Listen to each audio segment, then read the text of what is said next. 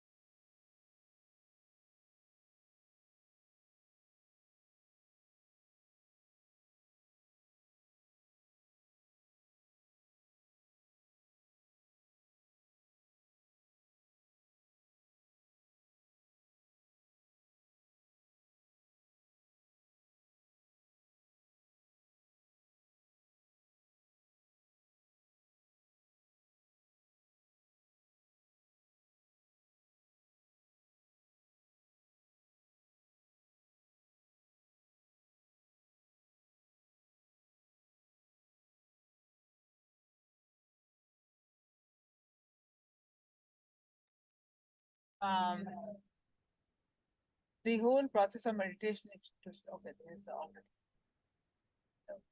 experiences are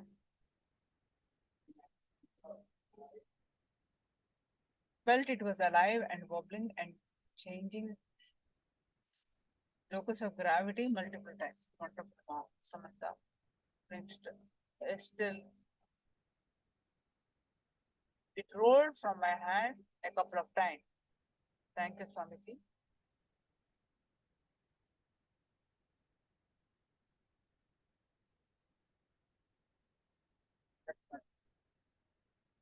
Any questions? Please do let me know. So then we'll move on to our next session.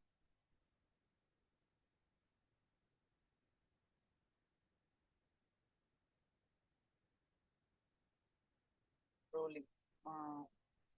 Wonderful. Thank you all for sharing.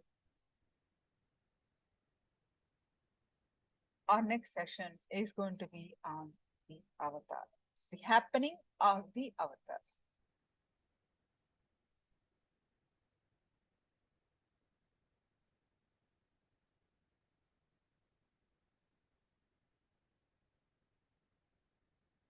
We learn from the avatar.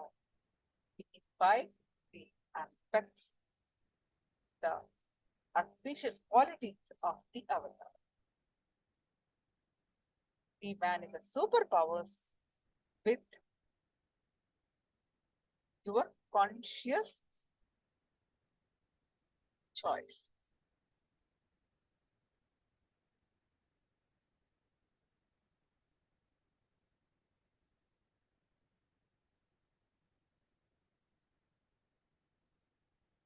So now let's listen from Swamiji.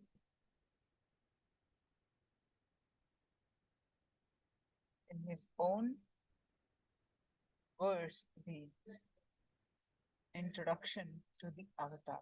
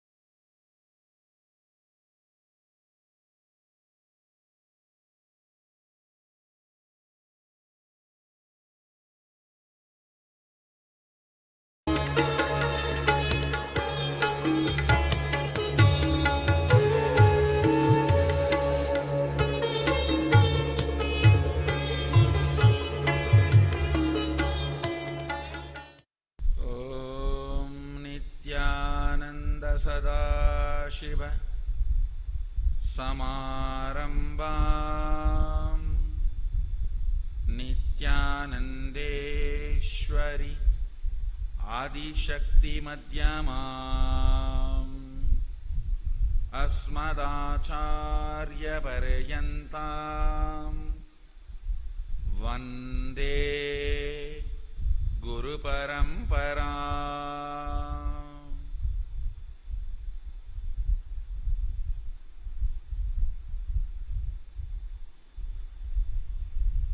I welcome all of you with my love and respects. I welcome all the Inner Awakening graduates, Sadashivoham participants, all the Shri Mahants, Mahants, Kotaris, Tanedars who are sitting with us all over the world for the living Sadashivoham process at this time through Nithyananda TV and two-way video conferencing, having Nayana Diksha. I welcome all of you with my love and respects. Today's living Sadashivoham process, I'll expand on oneness. See, for every power manifestation, we again and again repeat, bring oneness with Sadashiva, bring oneness with Swamiji. Oneness and manifest. What exactly is oneness with Swamiji? Listen. Let me explain precisely. This body is the door or window through which I communicate with you.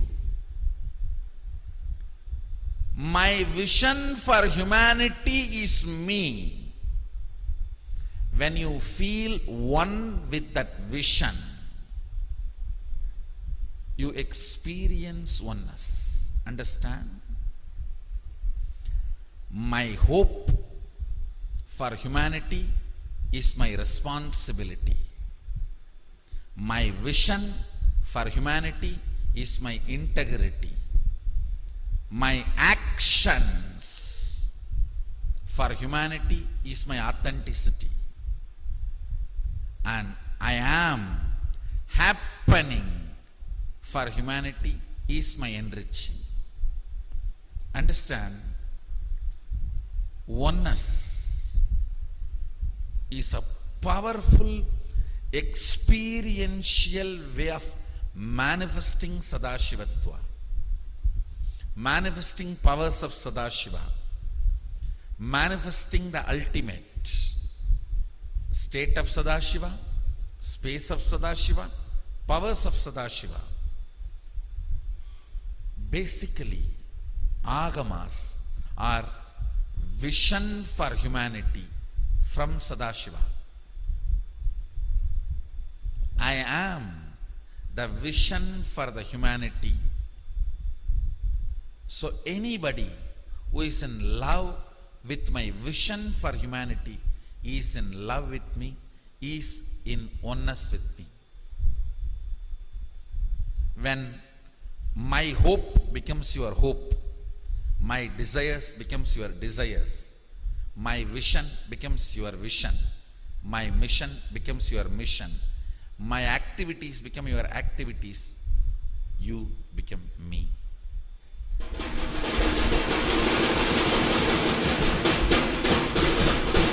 Understand, when my love becomes your love, what I love becomes your love, what I visualize becomes your visualization, what I feel becomes your feeling, you become me. Basically,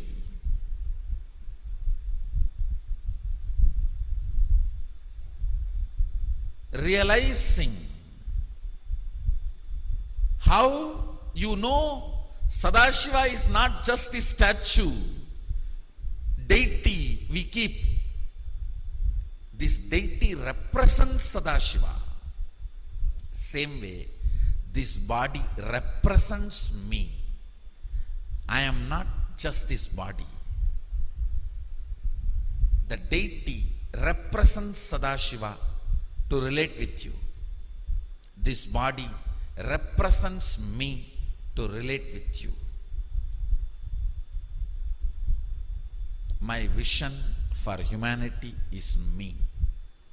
I want all of you to contemplate just on this few lines today.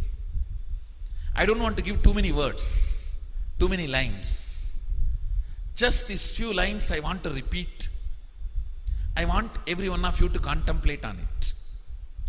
My vision is me. My vision for humanity is my integrity. My actions or my mission is my authenticity. My actions and mission for humanity is my authenticity. My hope for humanity is my responsibility. My happening for humanity is my enriching. I'll repeat. My vision for humanity is my integrity. My mission for humanity is my authenticity. My hope for humanity is my responsibility. My happening for humanity is my enriching. So when you are in love with my vision, you are in love with what I am really. You are in love with what I am really. Being in love with what I am really is what I mean by the word oneness.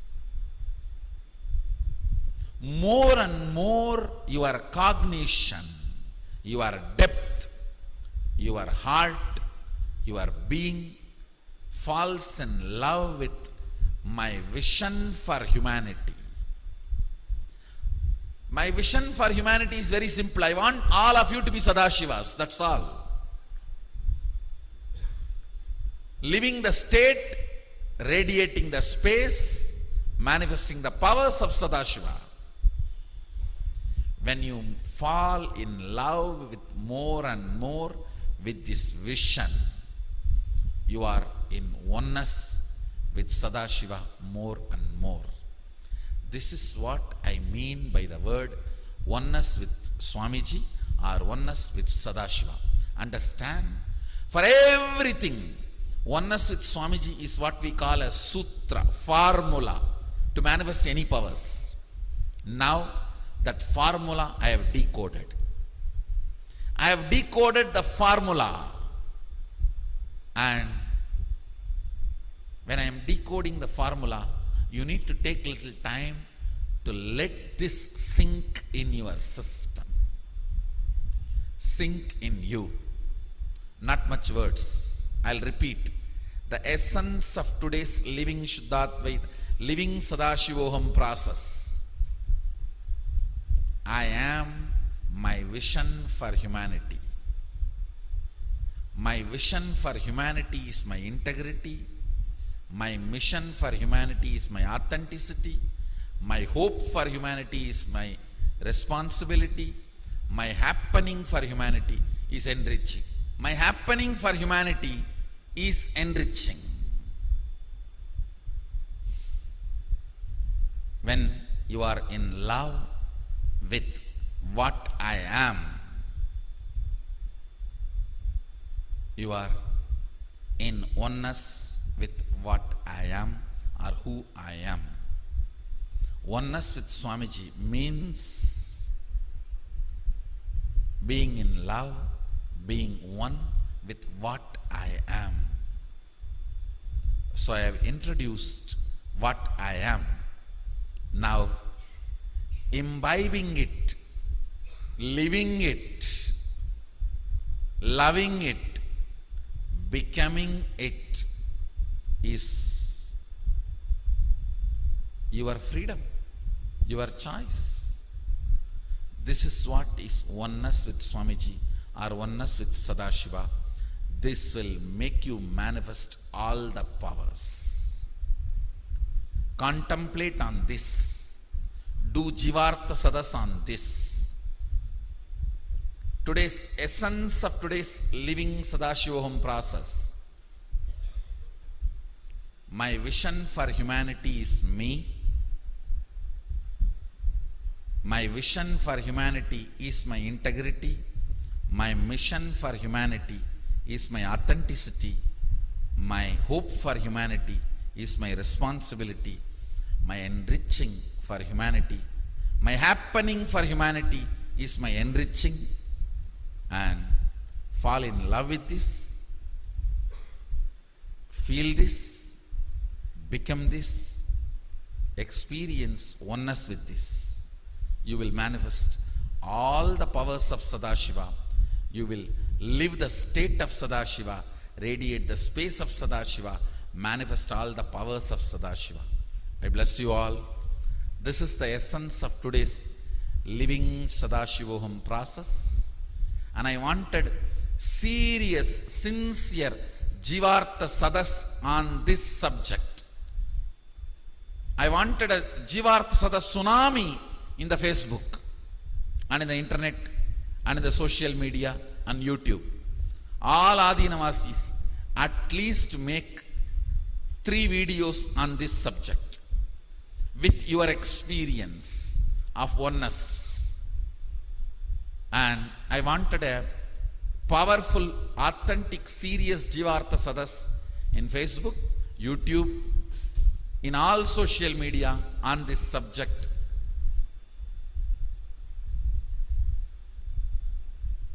Oneness with Swamiji, oneness with Sadashiva. So with this, I bless you all.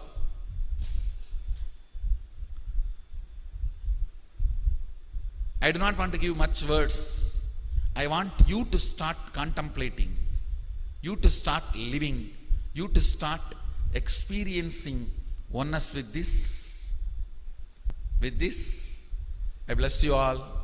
Let's all radiate with integrity, authenticity, responsibility, enriching, causing, living Shuddhadvaita Saivam, Sadashivoham, the eternal bliss, Nithyananda.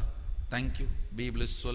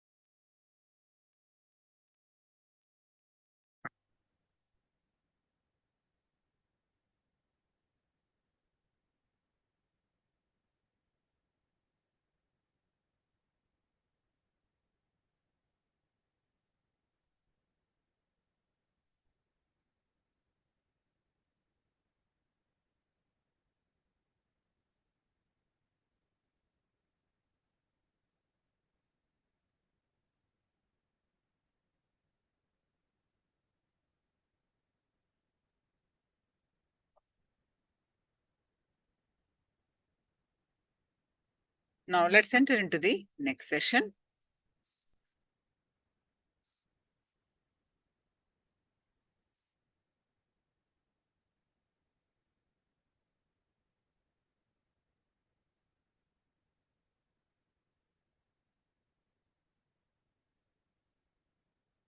And actually, before that, we are going to manifest the power of consciousness over matter one more round.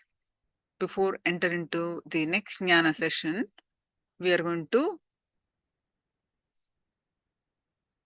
do the power manifestation. So please post your powerful cognition from Living Enlightenment book. 2 minutes.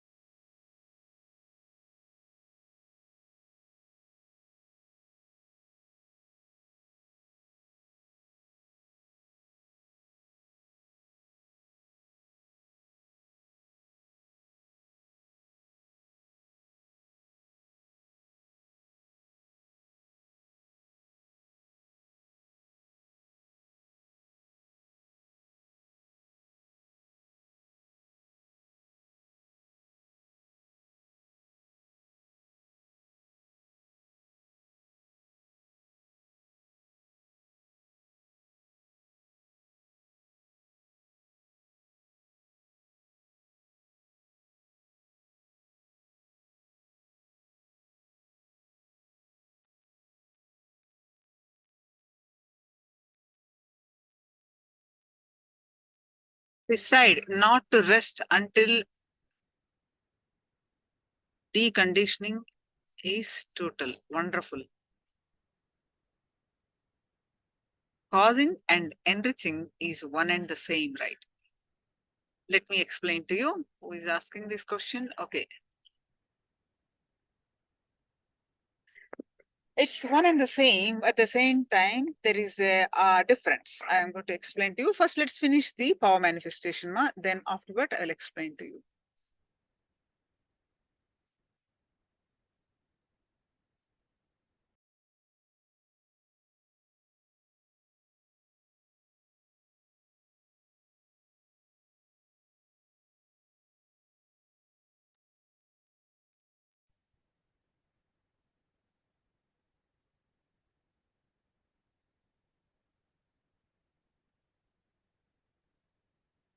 Unclutch, work smart, not hard. Wonderful.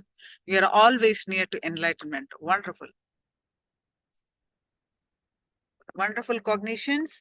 So by holding on to these cognitions, let's move forward. Get your object of one more day. We are going to practice the consciousness over matter. So one more round with hold your objects on your palm, sit straight with your head, neck, back, straight line.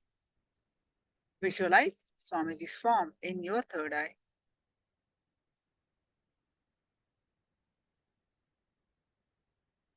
And start chanting the Mahavakya. Om Nithyananda Paramashivoham. Start chanting the Mahavakya and experience the space of oneness. With the space of oneness, manifest the power of third eye. Sorry, consciousness over matter. So please continue to, with that space of oneness, declare the object to move. Move the object with the power of your consciousness.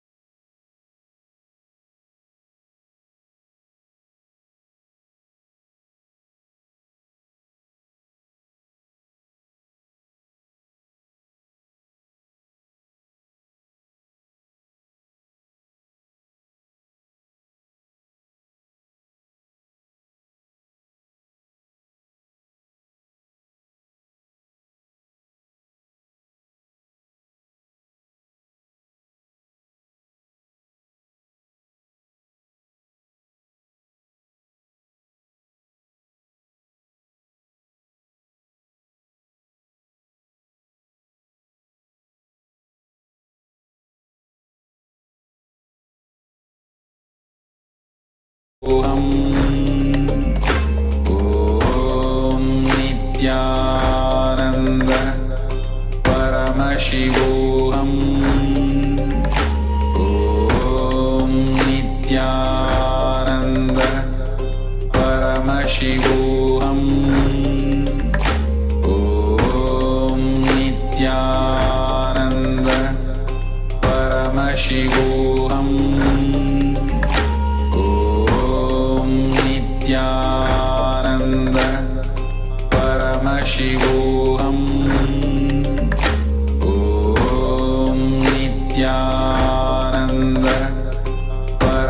Paramashivoham Om Nithyananda Paramashivoham Om Nithyananda Paramashivoham Om Nithyananda Paramashivoham Om Nithyananda Paramashivoham Om Nithyananda Paramashivoham Om Nithyananda Paramashivoham Om Nithyananda Paramashivoham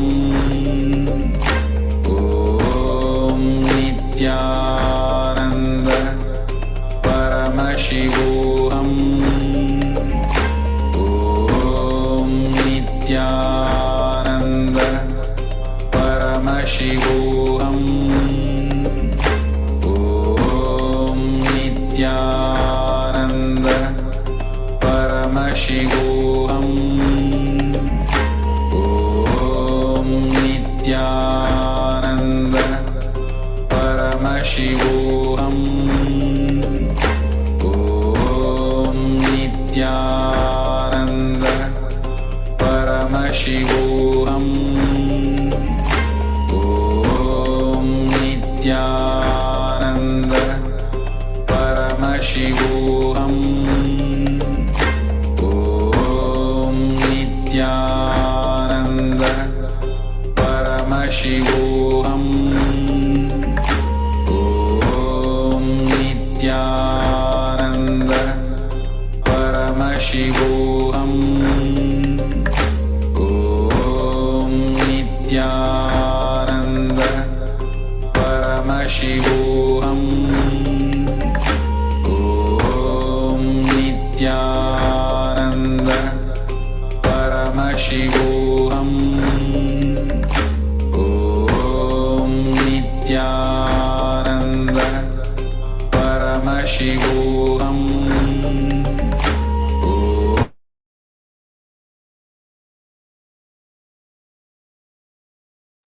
Nithyanandam, everyone. So now please post whatever your experience of consciousness over matter. So please post it. Please share your experience in the chat.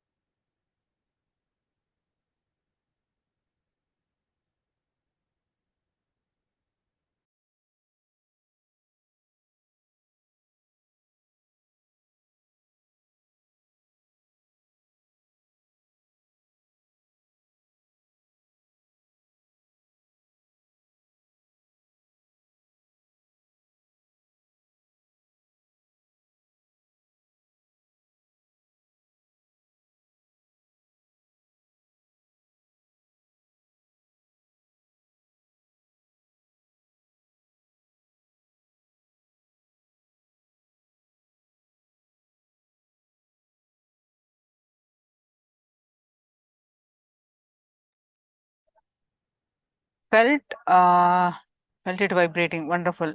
I feel so excited. It rolled for the first time. Wonderful, Samantha. It's just a practice, that's all. The more and more that you practice, the more and more you will experience the Advaita, the more and more you manifest powers. Wonderful.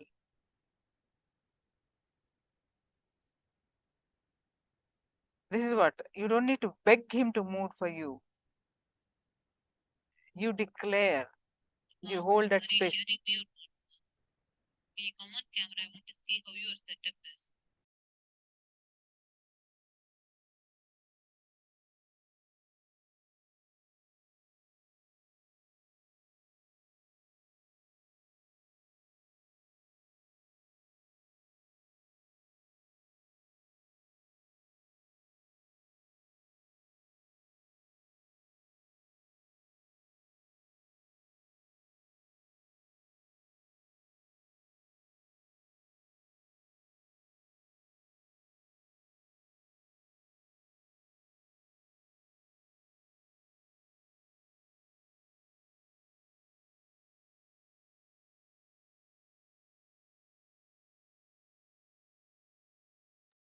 Let's enter into the next session.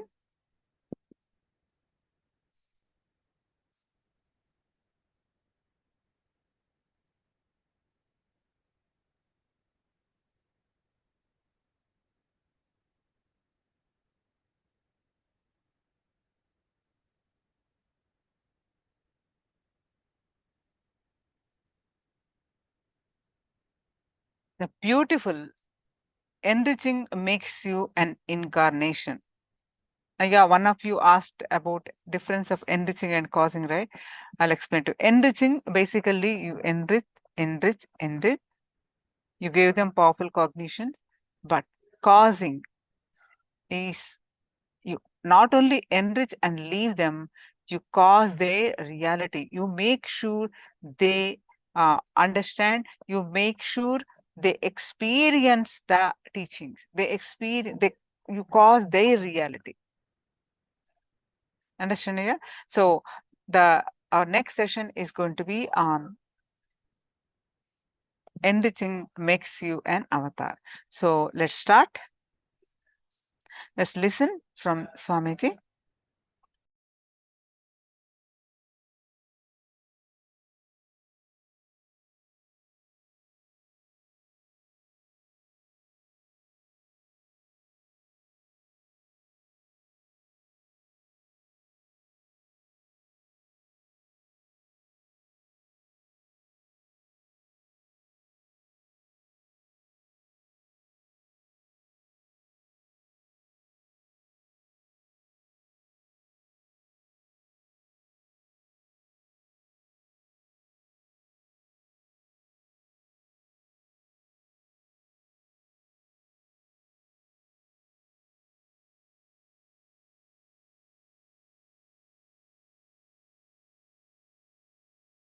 Yamam Asmadacharya Paryantam Vande Guru Paramparam.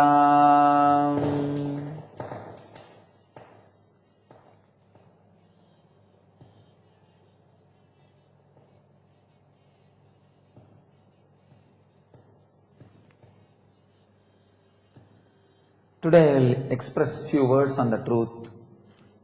Taking responsibility.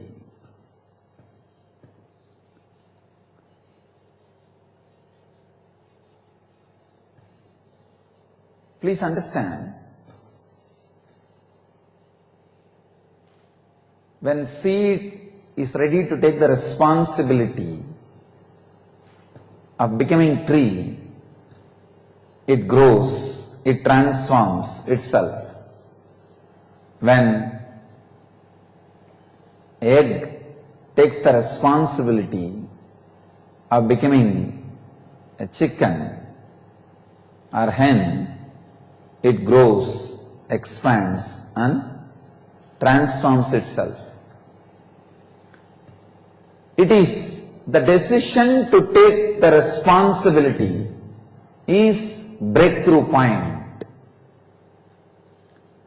In any field, whether it is economical, corporate, social, or relationships, or spiritual, when you decide to take responsibility, the breakthrough happens, the opening happens, the possibility opens. The straight method to make all the accidents into possibilities is taking responsibility. When you can't take responsibility, even the air goes inside, can become accident and stop your heart. It won't come out. If you are ready to take the responsibility, even the poison goes inside, can become part of you and make you a new being, immune to the poison. The system which is ready to take the responsibility. Just the other day I was seeing a beautiful documentary by BBC on Ganges. There is a description of a particular village on the banks of Ganges where thousands of poisonous snakes, cobras are just moving around. The belief of the villagers, I saw the documentary and literally I saw, visually it is being shown, hundreds of cobras here, there in the different houses. Kids are sitting and playing and the cobra is moving. And I saw one child standing and doing something. The cobra was moving just on his very feet. And the workers are working on the farm. The farmers, the cobra was just moving on them. Literally, it is not a trained cobra or the cobra without poison or the teeth removed, nothing. No, it is not trained cobra. Wild, village, free snakes. Just people are living with it. And they are living with people. And the funny thing, the record says, even I was not able to trust, but BBC says, so surely they have done enough research before putting this to the public.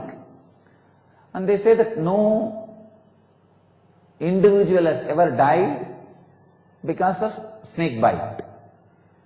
I was shocked. And they are showing some more clippings, like even the kids, when they are bitten by the snake accidentally, they take the child to a local temple, Devi temple, the snake goddess temple. Some puja is done, some meditation is done. Miraculously those kids recover without any medical attention. I was really shocked. Of course, I know the power of the spiritual healing or the healing through the feeling connection, vidarka. But I was surprised when the small kids who can't understand what is vidarka, even they getting healed.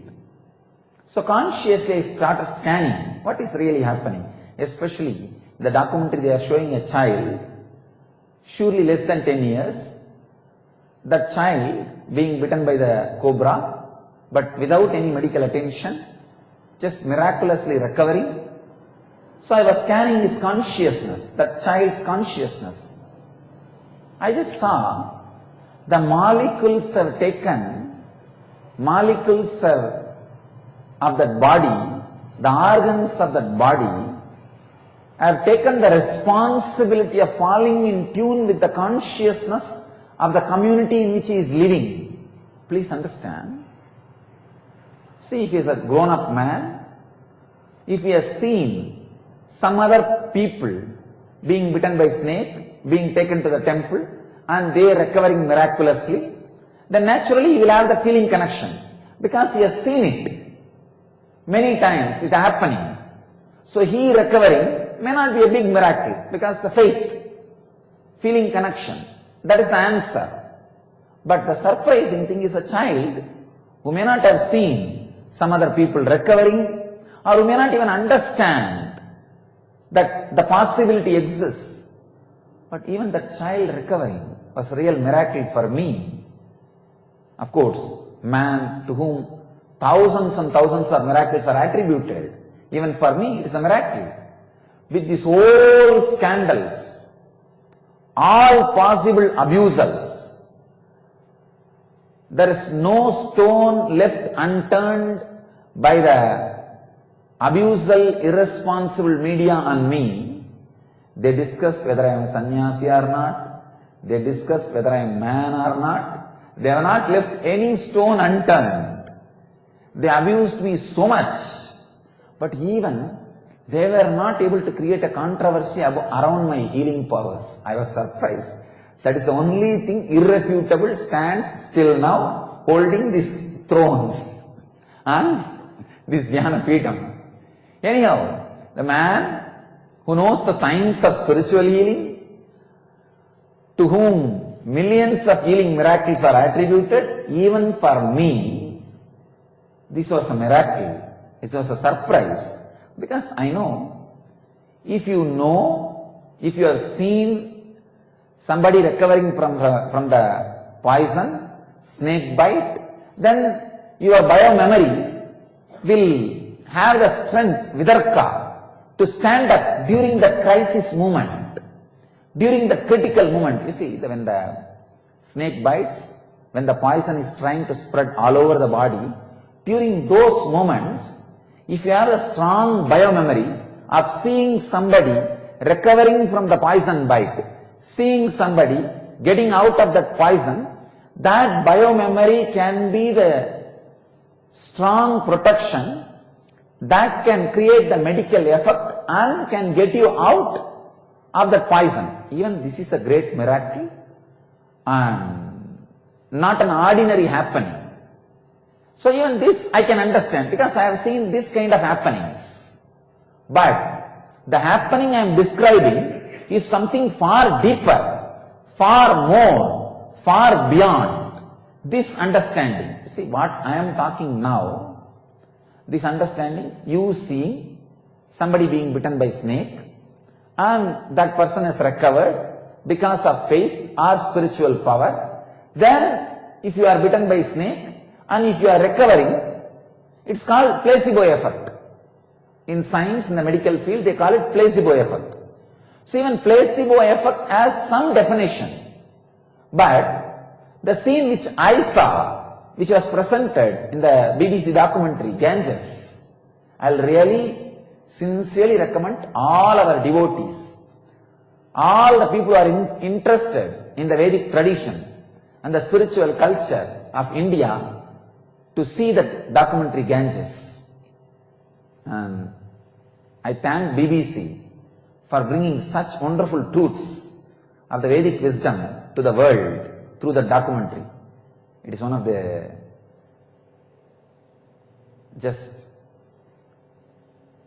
I have no other word except my gratitude for BBC doing that job of bringing such wonderful truths, such wonderful secrets of the Indian tradition, lost in villages, never brought to the international community. Through this documentary, BBC has done a great service of bringing so many other wonderful truths to the international community. Let me analyze this one truth. So the child, there is no possibility for the child to see somebody being bitten and brought to the temple and recovering. So there is no biomemory of somebody else getting healed already in that same situation, so that that biomemory can act as a medicine, act as a crisis management intelligence to recover from the snake bite. Then how the child is recovered? Because the truth, BBC says the child is recovered. And I saw the documentary. I was shocked. The child was shown in the documentary. So what is the secret? When I looked into that child's consciousness, what was happening? I just picked up the black box.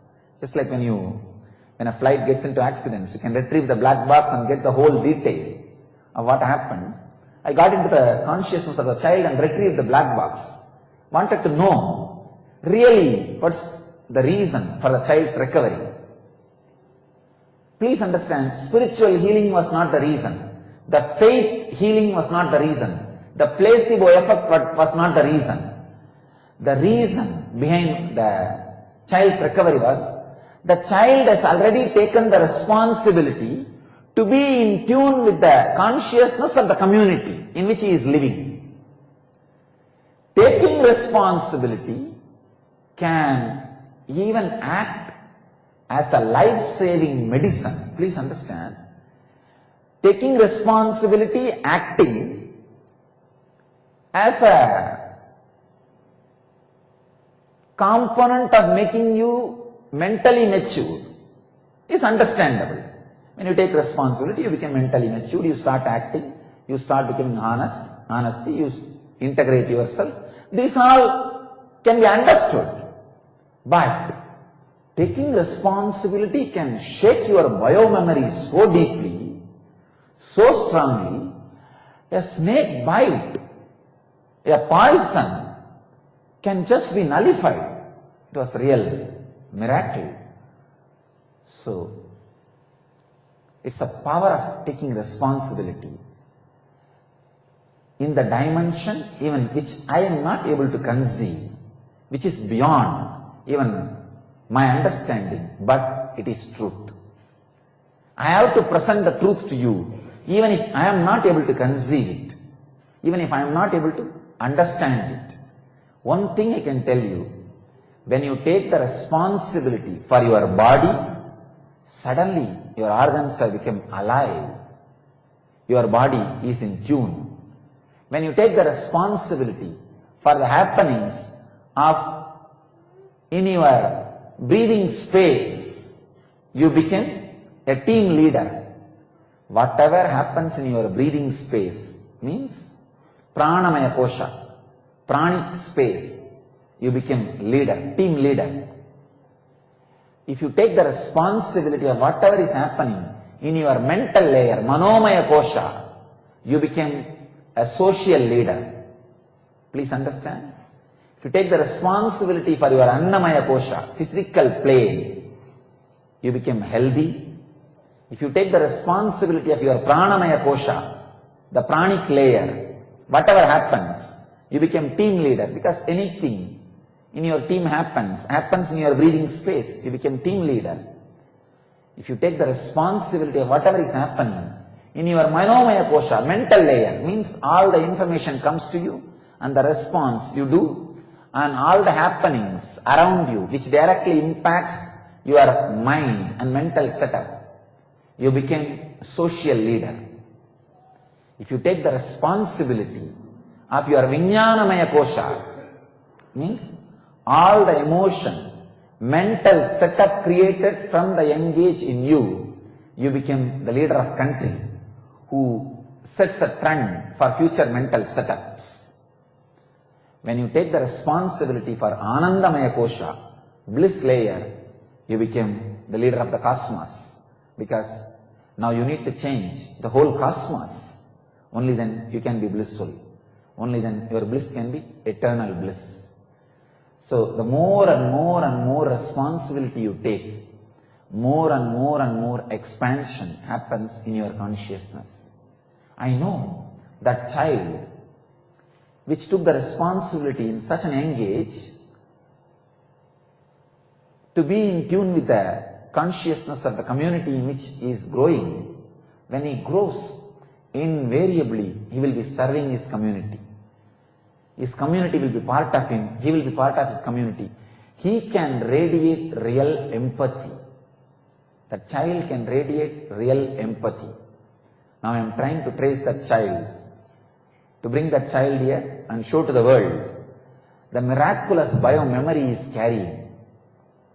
And if we can do some medical research, scientific research on his biomemory and prove the power of taking responsibility, if we can study his biomemory, I know for sure we will have some breakthrough. We will have some new discovery in this science which cuts across the physiology, psychology and consciousness. How? When consciousness takes the responsibility Not only psychology, even physiology responds differently.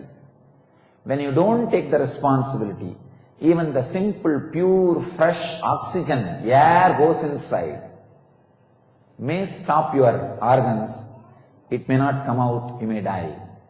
When you take responsibility, even the poison, venom goes inside, cannot stop your life, kill you. You will be alive, radiating, fresh and living. Please understand, take responsibility. It just changes your whole being. I am not telling you should go and catch the snake and make the snake to bite you. No. But taking responsibility helps in many crises, many situations. Not losing the balance, putting the weight on somebody else, taking it on you, standing up with you. It just does miracles. It really does miracles. Understand, through this revelation, I am putting the importance of taking responsibility much more than the power of spiritual healing, faith healing, which is my very brand, for which I am well known. So I am saying very clearly, categorically, taking responsibility leads you to the much more powerful zone, powerful field than what feeling connection, faith or spiritual healing can do to you. I am putting spiritual healing next to the taking responsibility. I am putting taking responsibility ahead of spiritual healing through this revelation. So, let you all live and radiate enlightenment. Let you all achieve and radiate the eternal bliss, Nithyananda. Thank you.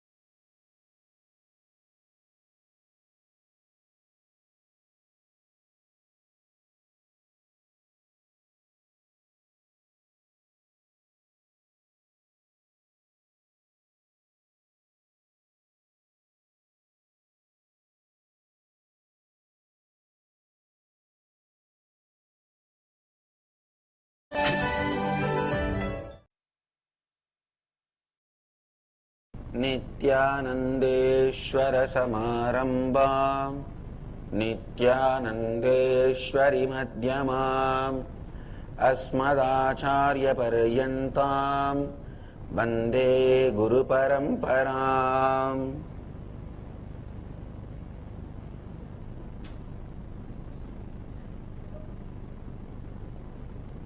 आज के सत्संग में मैं आप सभी का प्रेम और आशीर्वाद के साथ स्वागत करता हूँ। सभी भक्तों, शिष्यों, सन्यासियों, समाजियों का स्वागत है। I welcome all the devotees, disciples, samajis, satsangis sitting with us through Nithyananda TV, Sadhana TV, Ishwar TV, Janashri TV, and through two-way video conferencing, having Nayana Diksha in many cities, many countries all over the world. Cities sitting with us through two-way video conferencing, having Nayana Diksha, Vancouver, Bhubaneswar, New York, Varanasi, Nithyananda Nagara, Bangalore, Hyderabad, Guptakashi, Houston, Kalahasti, Austin, Los Angeles Arunachalam, Seattle Chidambaram, Charlotte Srisailam, Santa Fe New Mexico, Toronto Kailasam, Ohio Prayag, Bangalore City Center, Singapore Singapuram, Hollywood California, Adi Nithyananda Dhyanapetham Avattipalayam, Thiruvanmiyur Chennai, Phoenix Kanchipuram, San Jose Madurai, Oklahoma Somanatham, Indrani New Jersey, Hyderabad Gupta Kashi, Pokhara Nepal, Oman Sivagangai, Enriching Temple Bidadi, Nithyananda Dhyanapetham Huzur, London Kashi. I welcome all of you with my love and blessings. Yesterday successfully we completed 23rd Inner Awakening.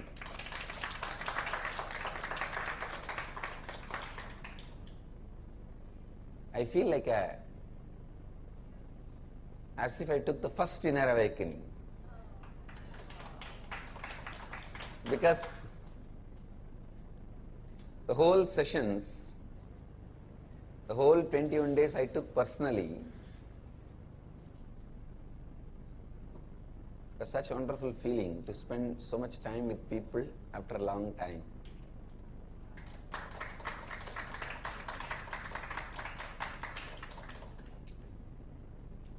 Today I will continue to expand on what I was expanding yesterday, the subject. Please listen. The competing, conquering pattern constantly pushes you from powerlessness.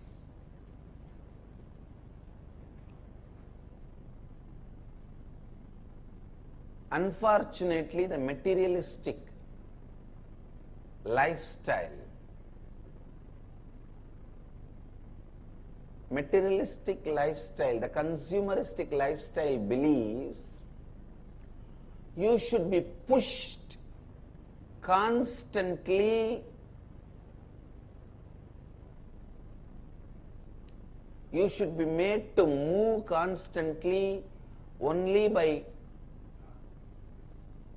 competing, conquering pattern, which is not true. Listen, the competing, conquering pattern is not necessarily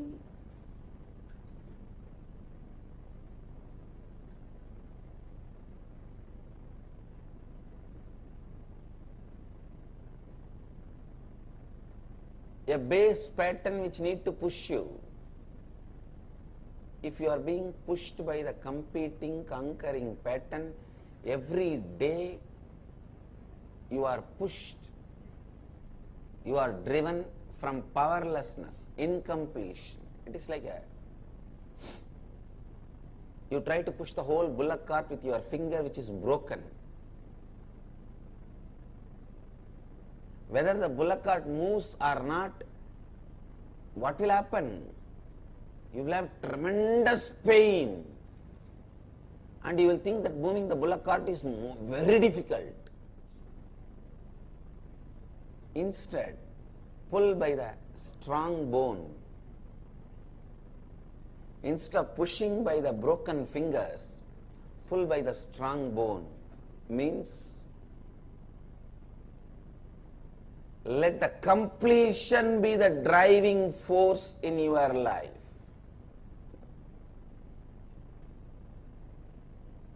To be a leader, there is no such thing as you have to compete and conquer.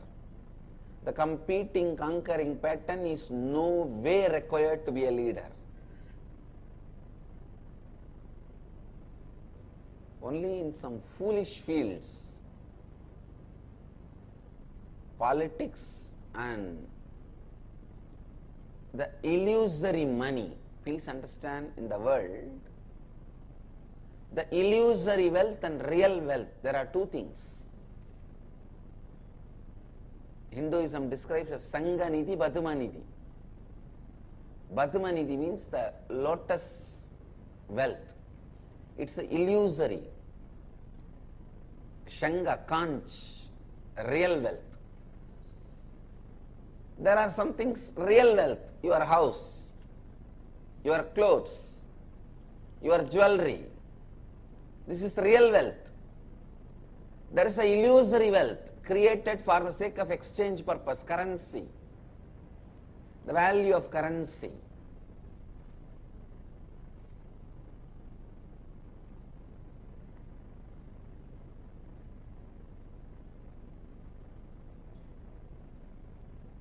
Same way there are some real powers and illusory powers.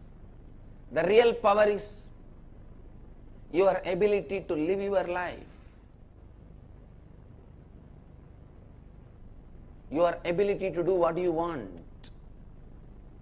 Your ability to understand, your ability to react, your ability to respond. These are all real powers. These illusory powers, power of a king who thinks he can do anything.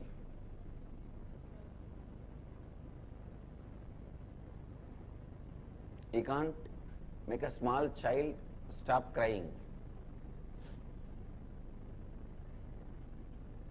The illusory powers and the illusory wealth, listen, both this, only in these two fields you need to compete and conquer. There are tons of fields where a leader does not need to be a winner. Leader does not need to be a winner. He does not need to compete and conquer. But unfortunately, some fools are thinking even in the spiritual field you have to compete and conquer. I tell you, biggest curse you get in your life is this competing, conquering pattern. Even if you are successful, even if you win, you will not be a leader. Even if you win, it will be with so much of pain and suffering.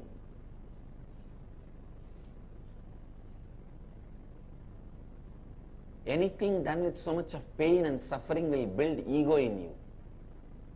See, with so much suffering I did it.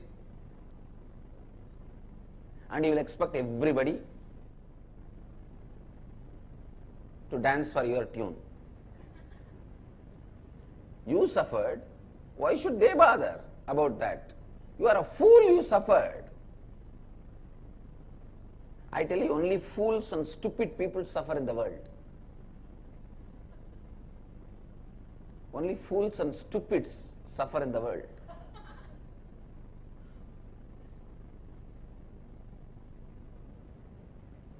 To be a leader, you need not have, you don't need to have this competing, conquering pattern.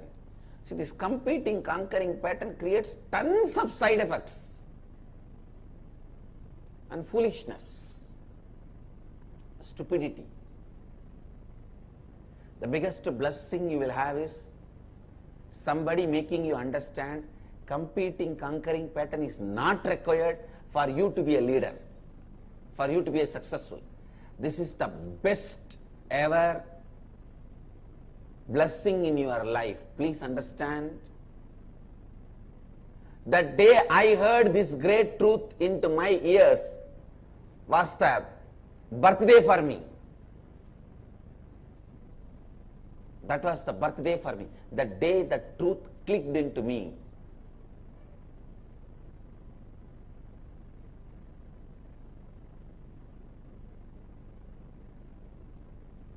It's the best day in my life.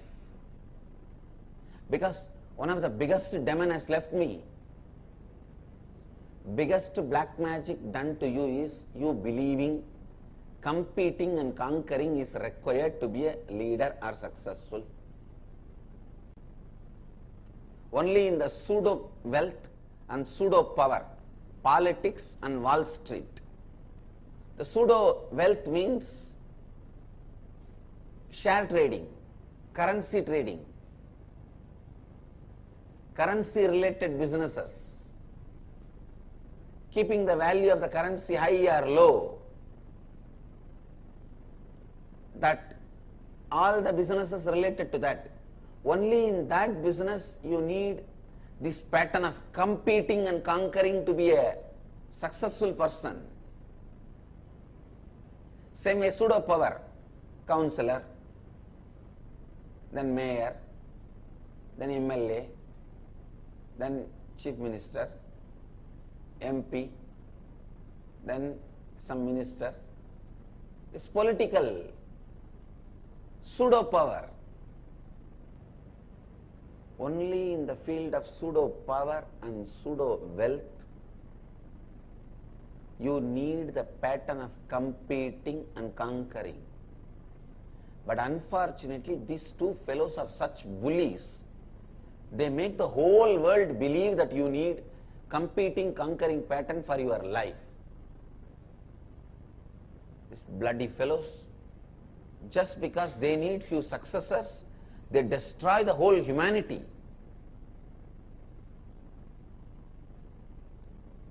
And they go on complaining that we brainwash the kids in the young age. If I try to make them sannyasis or yogis, these fellows who brainwash and destroy the whole humanity, see, only in this two field you need this competing, conquering pattern. Only the fools, idiots who develop the competing, conquering pattern will get into this two field. Because they need people for their field, it is like a bull is reduced to bullock. No, that's the exact word I will tell. The moment you pick up the competing, conquering pattern, you lost, you became seedless grape. You lost your life. Because now how much ever you do, whatever you do, finally you land up in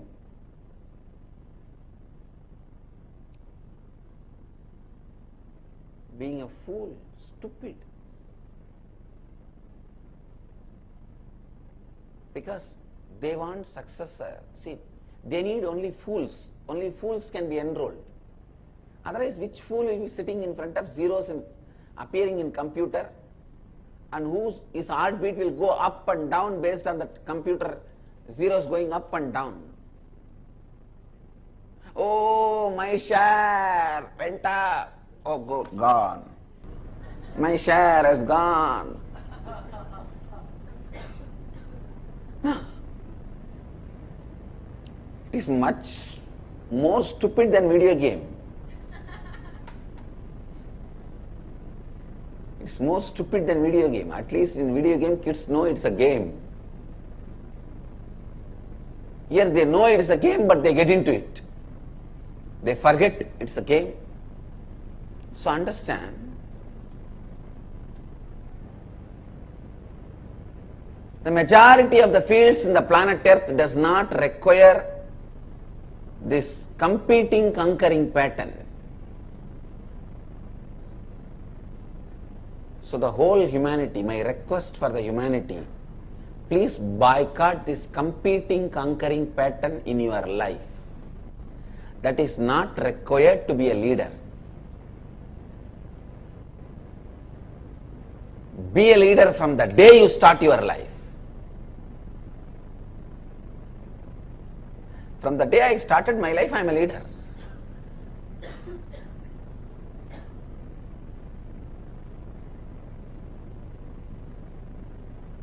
Somebody asked, which guru has done coronation to you? Who has done pattabhisheka to you? To which pita? I said, nobody need to do any coronation, pattabhisheka to me. I am doing pattabhisheka to me, that I am blessing all three worlds by these great spiritual teachings. That's all. Whatever teachings I have experienced, I am blessing all the three worlds with these teachings. So with this declaration, I am coronating myself.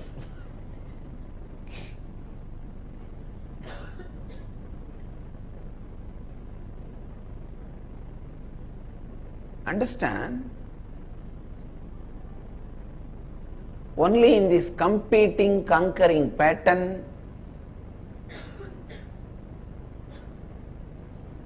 see this competing, conquering pattern, when you start with sickness.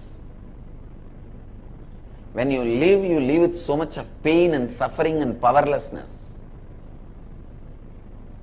Whole day what will be driving you? See, the other fellow, he became a billionaire. I have only 900 million, 100 million less.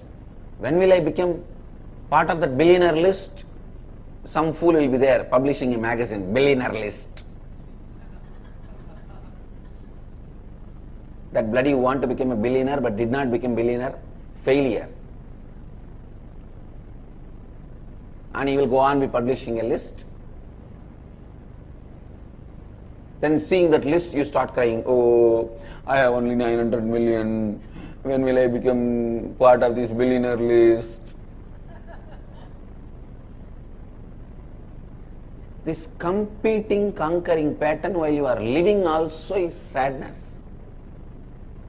Even if you achieve that you are now part of the billionaire list, you think you will be enjoying? No. You will be carrying such deep sickness, pain related to that money and the sufferings you have to go through. Because you pushed the whole bullock cart with a broken finger.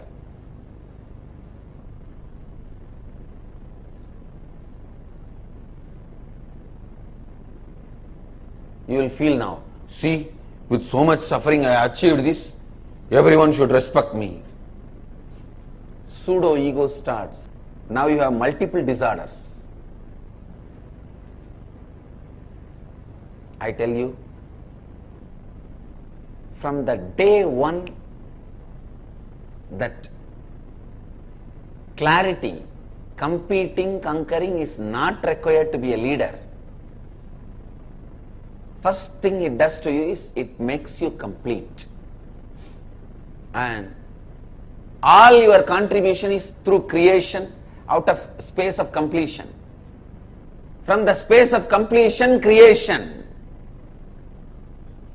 Aham Brahmasmi, Shivoham, Nithyanandoham. From the space of completion, you go on creating. Contributing.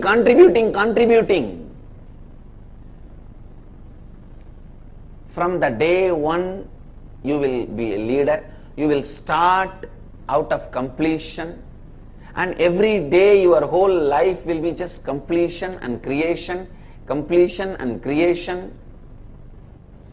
Your whole life will be a honeymoon. I can say honey sun. Moon will go away, sun will never go. And at any given day, you are in the space of completion. What drives you? What is the driving force? Completion, creation. Come on, I am overflowing. I am complete. Let me do something to cause others' life. Let me do something to enrich others' life. See, even if you started believing in the young age, the competing, conquering pattern, now you can complete with it.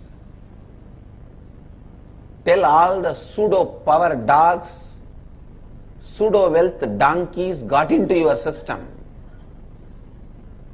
Beat them all and drive them out so that they never come into your inner space. Tell them it is my boundary. Don't bring all these dirty ideas.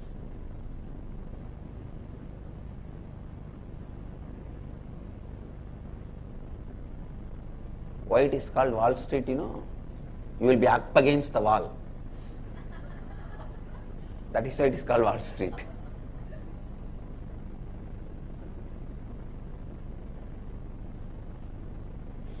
Every day you will feel you are up against the wall.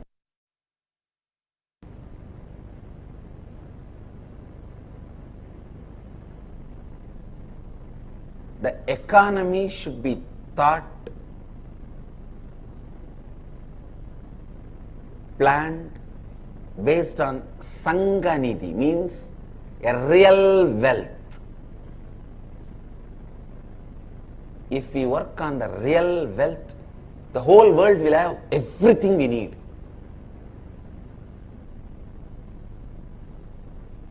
After all, we have only 7 billion people.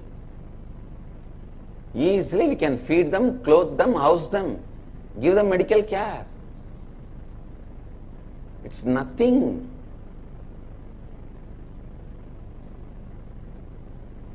We can put more energy and resources into doing research about the extending the lifespan.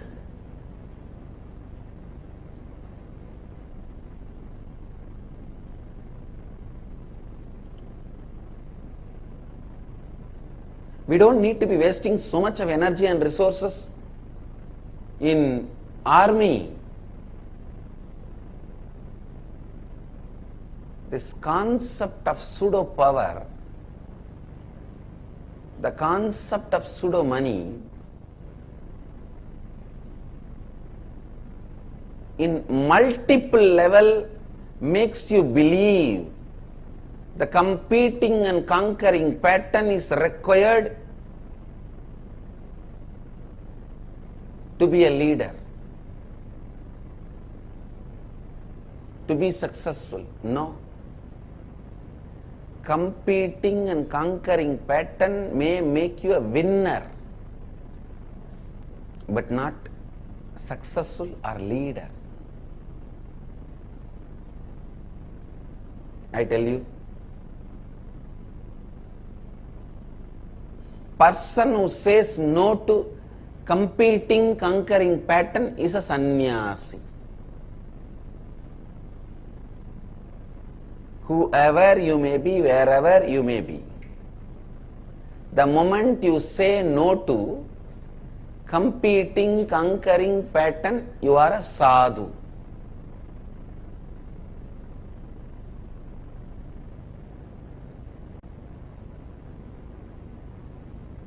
I sincerely request all my disciples, devotees, pick up a field where the competing, conquering pattern does not need to be a driving force for you. Your whole life will be joyful. Your whole life will be ecstatic.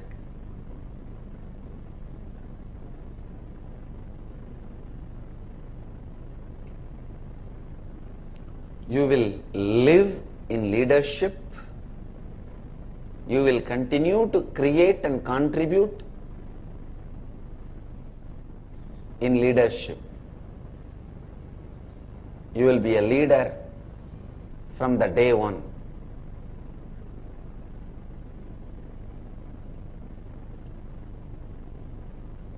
See, when you start from the completion, first thing, you will not be pushing the bullock cart by the broken fingers. You will be pulling it nicely with a strong energy and strength, so pulling itself will be easy. Next, it will be a beautiful journey. Even once you reach, you will only feel more and more energetic because you have not suffered. You are not going to be demanding everyone to respect you, and the ego will not be there. When you don't have ego, you will not torture others. The daughter-in-law who has been abused by mother-in-law takes revenge on her daughter-in-law. If you have been abused daughter-in-law, you will naturally be a worst mother-in-law because you will replicate the same, you will take revenge. First of all, you need to take up people who have not suffered in their life as your leader. Understand, in my life, I went through so much tapas but never suffered. Tapas is not suffering.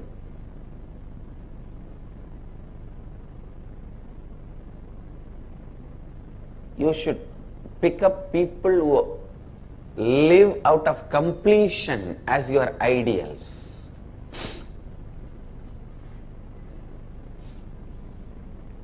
They should be your examples. Our whole Sangha, please understand, Sanatana Hindu Dharma can be revived only when you make people understand the competing and conquering pattern is not required. This competing and conquering pattern is a Western materialistic, consumeristic lifestyle pattern. Just yesterday I was reading an article in Facebook. US has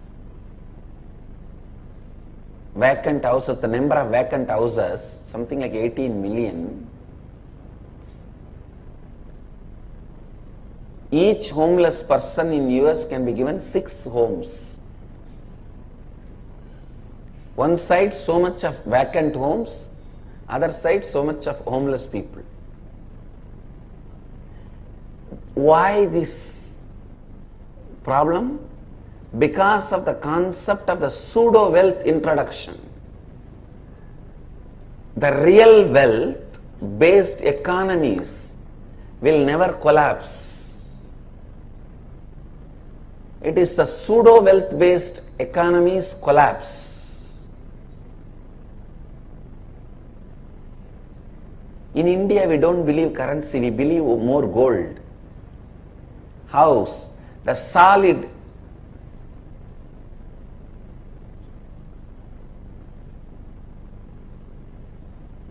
we are more built on the Sanganiti, the real wealth, not pseudo wealth. That is why any economic recession, only few people in India even know economic recession is going on. If you ask Indian,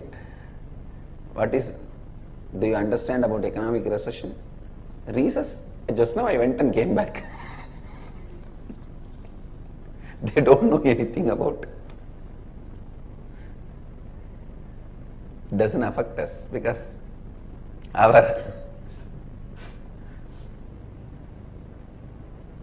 but unfortunately, that is why West cannot tolerate us.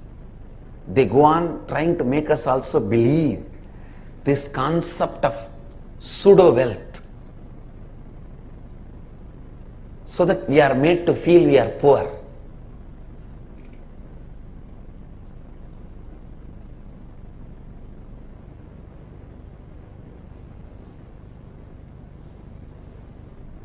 Any of the Western countries has this number of people, either they would have been dead by now without food and in poverty, or there would have been 10 wars and they would have been broken to pieces into 100 countries. The amount of diversity we have, it is the Hindu economy policies, Hindu economy ideas, that is keeping us together, successful, alive.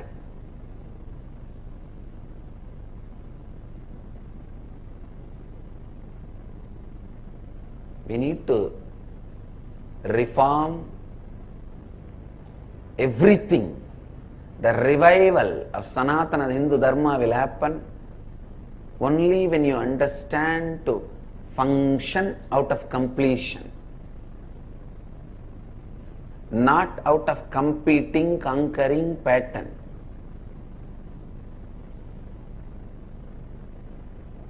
I pray to Mahadeva,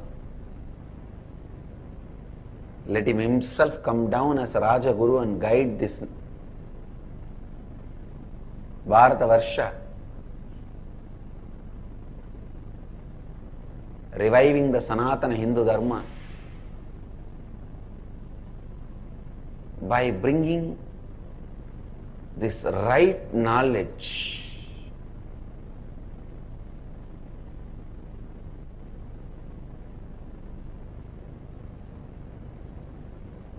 by making this right knowledge into reality,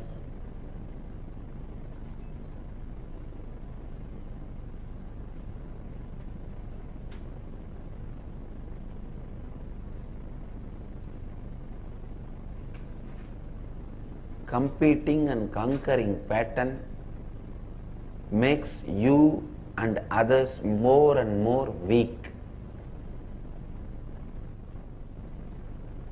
Don't become more and more weak in your life.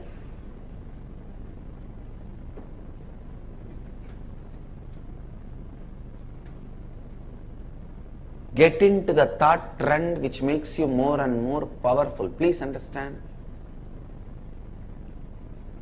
Either your thinking can make you more and more suffocating, bound, or your thinking can make you more and more free and liberated.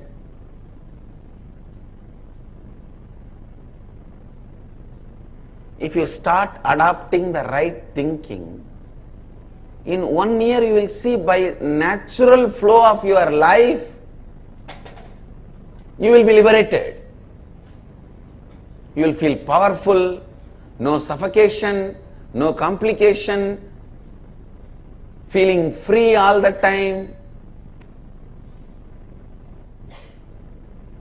It is your thinking style. Understand? Either you are going to become more and more free and liberated or more and more bound. You can't be hankering. You can't be anchoring your ship. You can't stop. There is no break because thinking is going on all day. So either you start developing the thinking which liberates you or binds you. By thinking, either you become bandha or mukta. Batta jiva or mukta jiva. I tell you, it is such a simple way.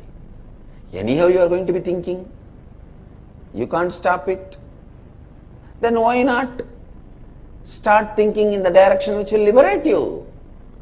You don't need to blow your nose. You don't need to wake up early morning, 4 o'clock. You don't need to do nirahara, these, that, nothing. Simply adopt a cognitive shift. From now, I'll think based on completion. That's all. Just learn the science of completion. Complete with you. Continuously be in the space of completion. That's all. I tell you, 1 year is too much time for you to be liberated. Just thinking based on completion is enough, you will be liberated.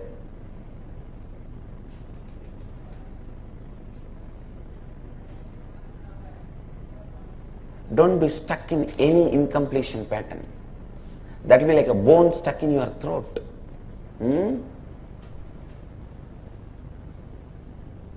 In that one thing, be fanatic. I will think only out of completion. I will not sleep before completing all the incompletions.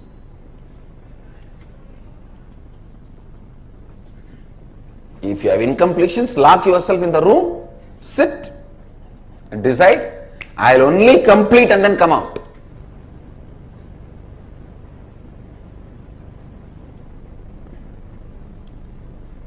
Completion based cognition. 1 year thinking in the right direction is enough, you will be liberated. Sometimes I wonder why these human beings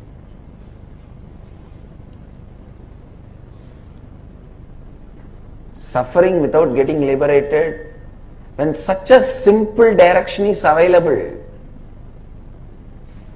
Then I think I myself did the same. So that is why these people are also doing.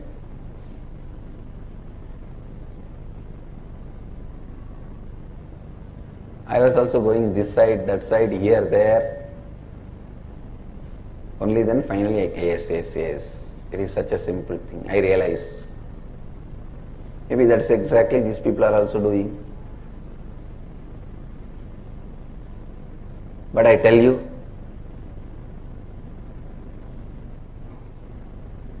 but one good thing, from this Janma, the day I took this body, from the birth, in this Janma, I was very clear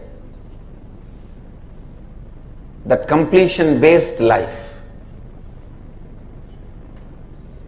this Janma I did not waste any time this side, that side looking. This Janma, it was completely beautiful and useful.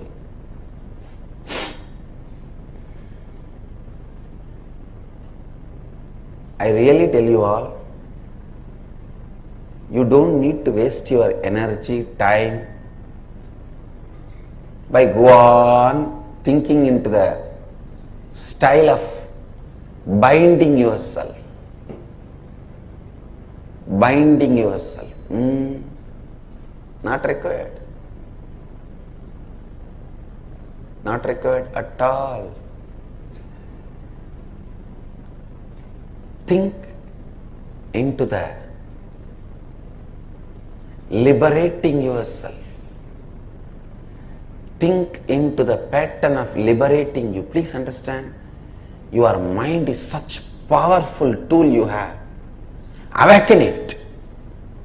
Use it. It is a kalpataru. It can give you whatever you want. It can lead you beyond it. That's the beauty of the mind. Guru can make you a bigger guru. My gurus have done it. My gurus made me bigger than them. I'll be a real guru only if I make you guys bigger than me.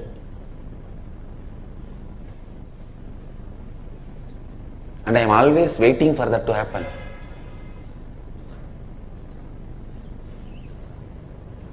Understand?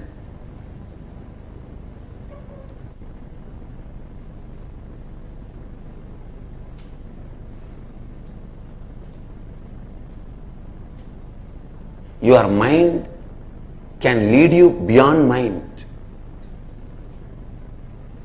If you awaken it,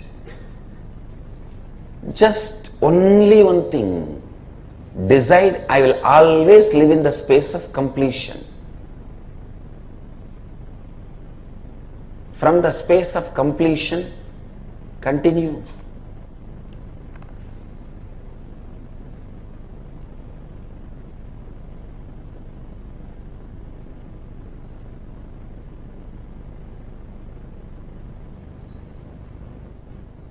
Complete from the space of completion.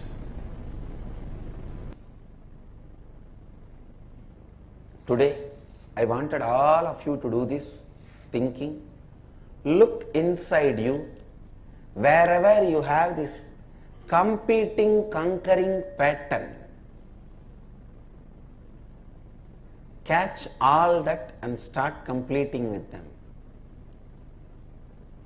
In my Sangha also I have seen. In our Sangha also, whoever behaves abusively, arrogantly, all of them suffer with that competing, conquering pattern. They don't understand the possibility is infinite. If you believe infinite possibility, only then you are Advaiti. If you believe limited possibility, you are Dvaiti.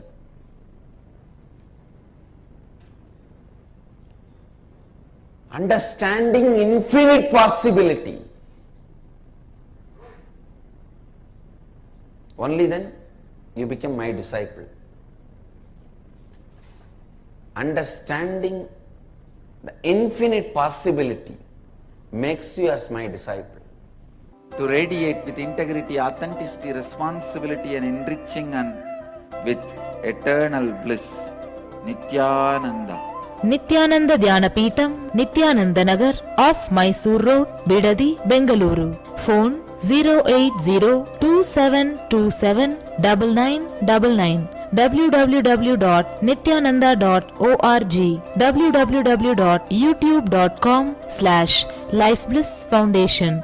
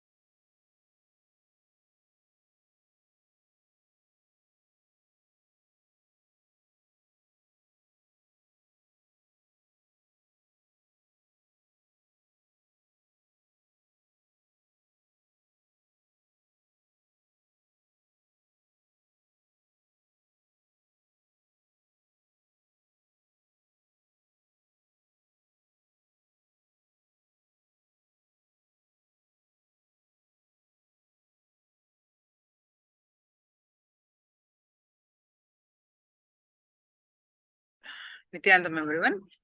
Now we will do the one more round of power manifestation. So please go ahead and post your powerful cognitions.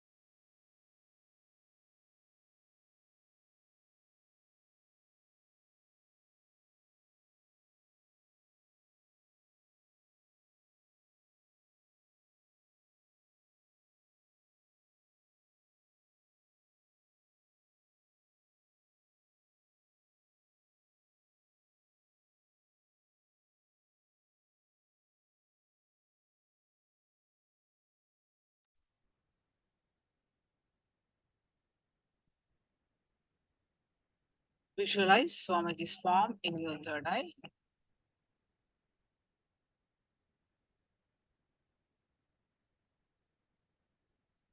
And start chanting the Mahavakya and experience the space of oneness. With the space of oneness, declare the object to move with your power of consciousness. Let's start.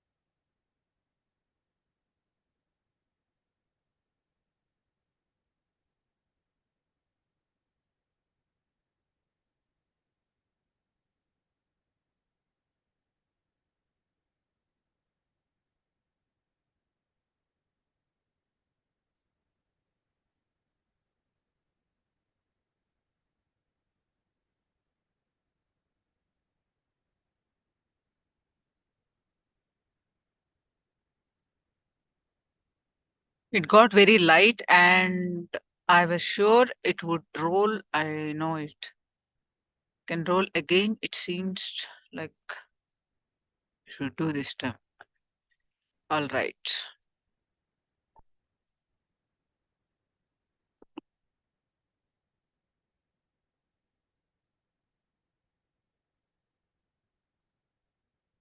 Others also, please post.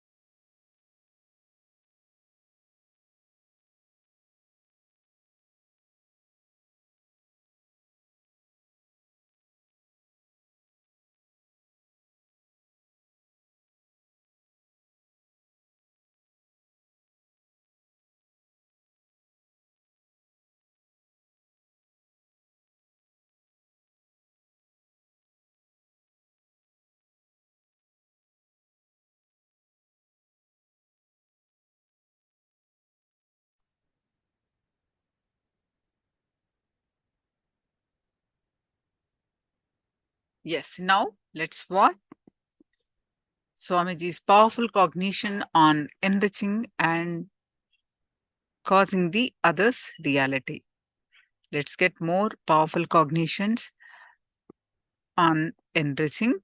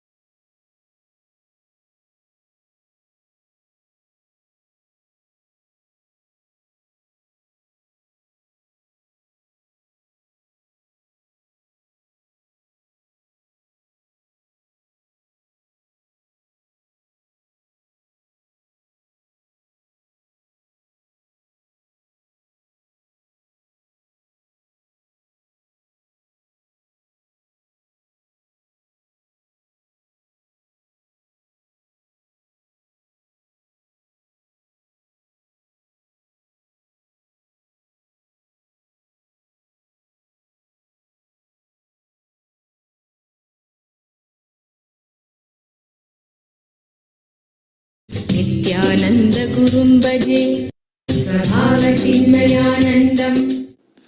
In the whole world, there are only two kind of people. People who transformation is possible in others. Naturally, they will believe transformation is possible in themselves.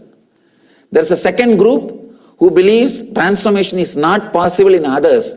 Naturally, they cannot believe transformation is possible for them also. There's only two kinds of people. If you believe your master is enlightened, it means you will have the deep faith enlightenment is possible for you. If you are not able to believe somebody is enlightened, the planet Earth, transformation, possibility of transformation for you is closed. It is not available for you. It is not open for you. I always tell people, believing me, don't think you are adding something to me. You are adding something to you. Trusting me, you are adding something to you. Because people come and say, I believe you, you only have to take care. As if believing me, they have done great favor for me. Who asked you to believe? I tell them, do not think by believing me, you are doing a favor for me. No. By trusting me, I became like a walking stick. You can use me and stand up. I can be like a beautiful bridge for you to travel to the other shore. I can be a door for you to experience your own possibility. When you trust somebody in front of you has experienced the truth, your inner space will start trusting. You can also experience the truth. You can also see the truth. Here Mahadeva says, continuously use this as a key. Understand, this is a very small key. Every step, remember, objects and desires, fear, worry, all the samskaras, just like how all of them are in my inner space, they are all there in everybody's inner space. Understand? This clarity can illuminate your whole life. It can awaken your whole life. Because every time when you are handling somebody, understand if you are in that position, what all will be inside you, that everything is there in the person. Try to fulfill. Understand? Whenever your wife brings a problem to you, never think she is asking for solution, she is asking for attention. If you try to give solution, you are in trouble. No, you are in trouble. She knows much better solutions. All she wants is you need to listen that problem completely and act as if you do not know the solution. She will tell the solution. Then you have to, yes. See, this is the right solution. You are very intelligent. Do this, you will never be a failure. Truth. All they want is that you should be there saying that I do not know the solution. Then suddenly you will see they are coming up with a solution. Understand, the problem there is they are operating from anahata. If you are trying to operate from anya, anahata is the chakra asking attention. If you are trying to operate from anya, the chakra of ego, you will be a failure. Same way, when your boss is bringing some problem, naturally that is not attention need, that is the anya, ego problem. You should give the solution, but act as if he himself brought the solution. With wife, you should never give the solution, just give attention. With boss, you should give the solution without hurting their ego. Because it is a question of anya, the problem from anya. Same way, if the problem is from swadhisthana, means out of fear, naturally you need to handle it with a lot more care and healing. There neither attention need will work, nor working with ego will work.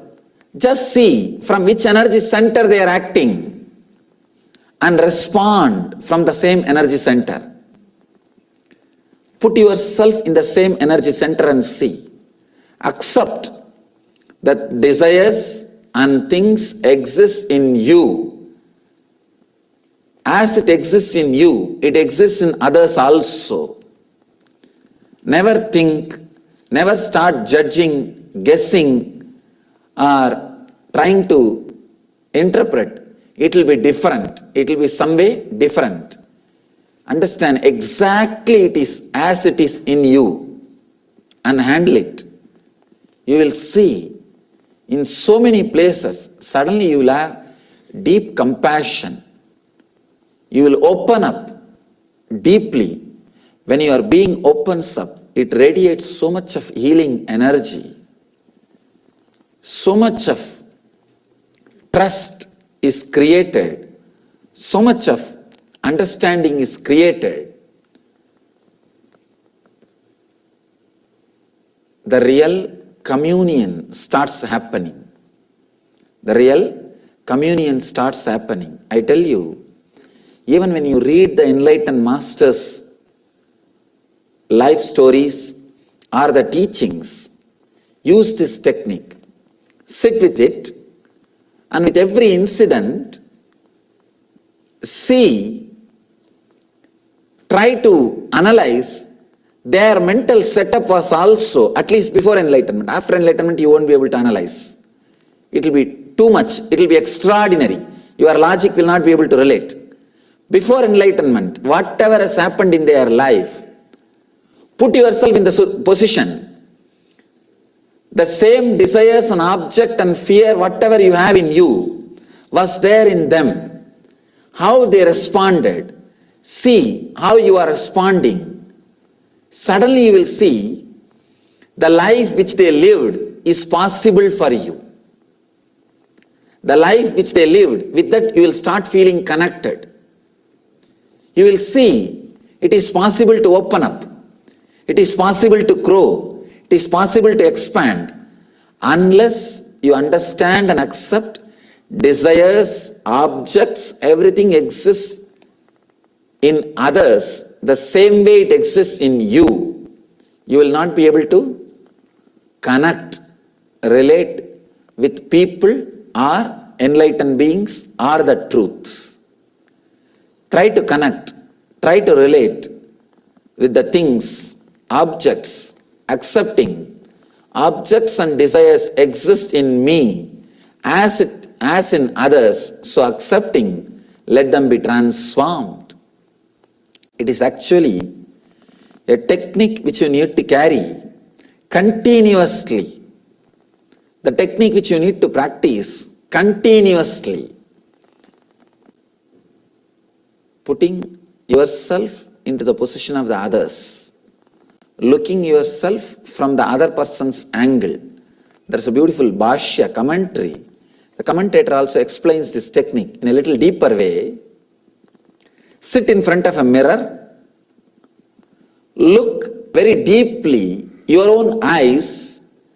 After 5 minutes, visualize that your vision, your reflection is looking at you. Visualize you are inside the mirror and you are looking at you. Then you will be able to shift your vision, shift your consciousness. Then whenever you see a person, whenever you handle a situation, you will be able to see it objectively. You will be able to see it from that side with acceptance. It's a very simple practice. Of course, every day you spend at least half an hour in front of mirror. You can use that time. You can use that time. It's a very powerful technique. Just 5 minutes, gaze at your eyes. After that, just visualize you are inside the mirror looking at your own body. In the beginning, it will be a little weird. After a few times of trying, you will be able to see things from others' perspective, things from the others' view. You will be able to accept others you will be able to put yourself in that position and relate with the things, relate with the truth. Let me tell you an important incident. Vivekananda went to a library during his wandering days, picked up some 6 volumes of encyclopedia. After third day, he brought the book back and returned to the library. The librarian started laughing. Did you take it to put it at your head to be used as a pillow? First thing, librarian was not able to believe a Swami is an educated guy. Next thing, he cannot believe somebody finished all 6 volumes in 3 days. Vivekananda said, if you want, ask any question from that 6 volume. Librarian examined him 3 hours and got completely shaken. Because not only Vivekananda was able to answer, he was able to quote even page number and paragraph and line exactly. Let me give you the technique, how it is possible. Try this technique for a few days, sitting with a mirror. Sit few minutes, look at the mirror as if you are looking from here. After a few minutes, feel that you are looking from inside to your own body. Few times of practicing, just 5 minutes per day, practice for 2-3 days. Suddenly you will see you are really able to feel you are outside your body and able to look at you. Once you have that click, that feeling, whenever you pick up some book, pick up that book, first few minutes, gaze at that book as if you are looking from your body. Then, next few minutes, feel you are inside the book and looking at your body. You will see a deep connection will happen between you and the book. It will take only 10% of the time for you to finish that book. The time which you will take usually, if it is 10 hours, I guarantee it will not take more than 1 hour. I myself have experienced this technique. Easily I finish 600 to 700 pages in one night. I don't read a single book. I just bring volumes, go through. Simply it is possible. All you need to do, first look at the book for a few minutes, then feel that book, through the book you are looking at yourself.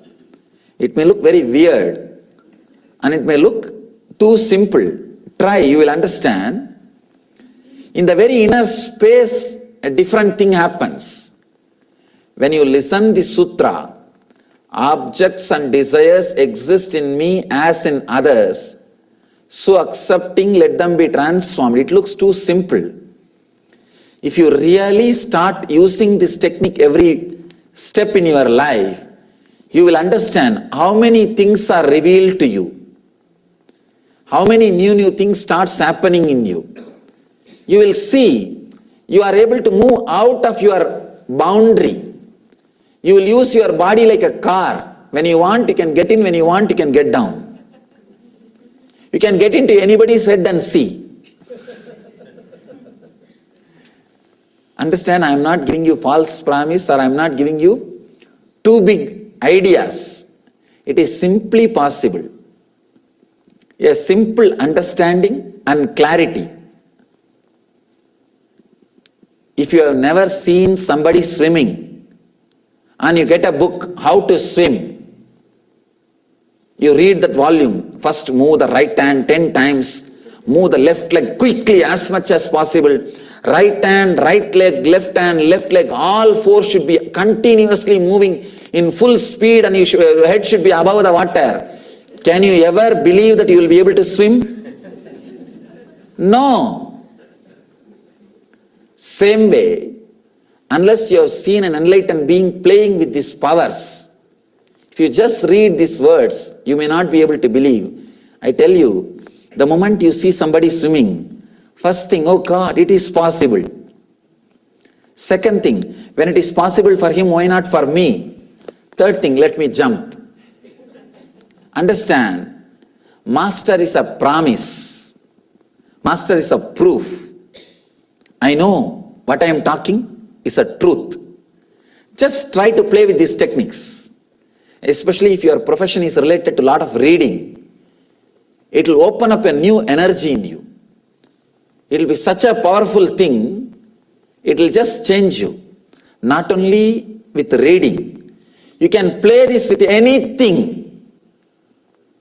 Same way, if you have some disturbed relationship, just sit for a few minutes with that person's photograph and look from your side. After a few minutes, visualize you are looking through his eyes to you. You will suddenly heal the relationship. Because your inner space will open up. Your body language will change. Suddenly you will see, you will heal that relationship. You will heal the disturbance created in the relationship. So many new things will open up from his angle, from his point of view, from his energy. It will awaken a new circle in you. You can use this technique in so many ways, in so many times, in so many situations in your life.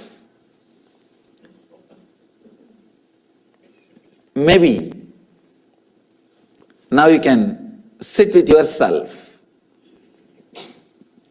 and at least bring you back to you.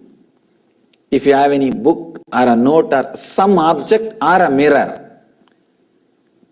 If you don't have anything, you can go and sit with the deities. First visualize you are looking through these eyes. Then try, after a few minutes, try to look through the deity. Visualize you are looking from that murti, from that deity. Your body is now empty. You are seeing from there. Life is looking from there. You will see a kind of energy circle starts happening in you. Kind of a complete fulfillment starts happening in front of you. Try this technique for a few minutes. You will see some strange new things, strange new energy getting awakened inside your system. And you will have a deep compassion for every living being. If you have pets, try with your pets. You will be able to relate much more deeply. You will be able to relate with more love and care. If you have some plants, favorite tree or a flower plant, anything in your house, try with that. Whatever plants, animals, people, book, anything you have, try to play with that. Try to play with the moon. Try to play with the hill. First you look, then feel that object is looking at you. It is just looking inside you. You will start seeing things from the different vision. You will start expressing things from the different angle. You will start expanding your understanding by accepting the objects and desires exist in me as in others. Let them be transformed. Let you be transformed. Thank you.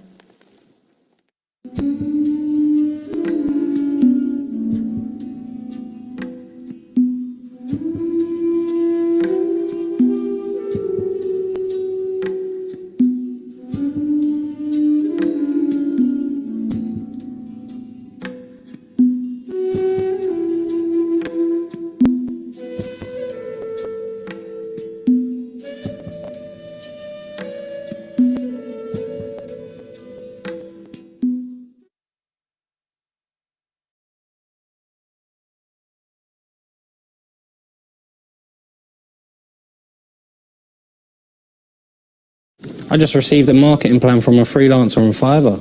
It's great. The way I'll present it will really take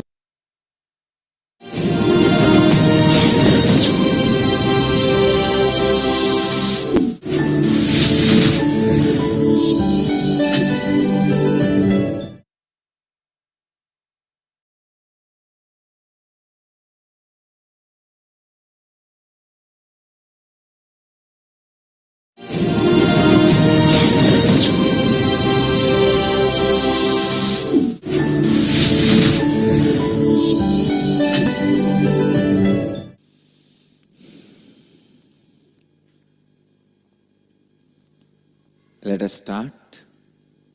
Now we will work on the crown center.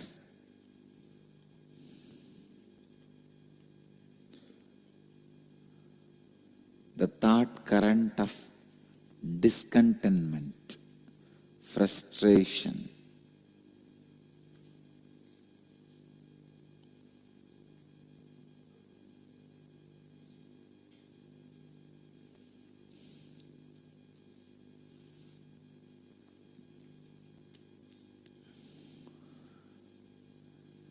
When you lack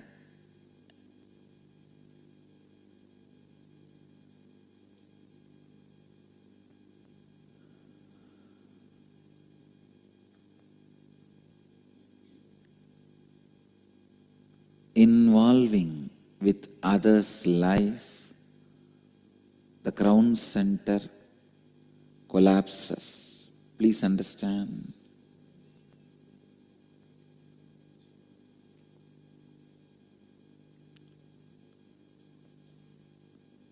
If you make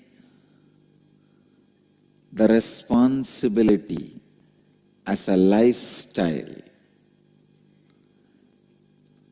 involving with others' life with responsibility,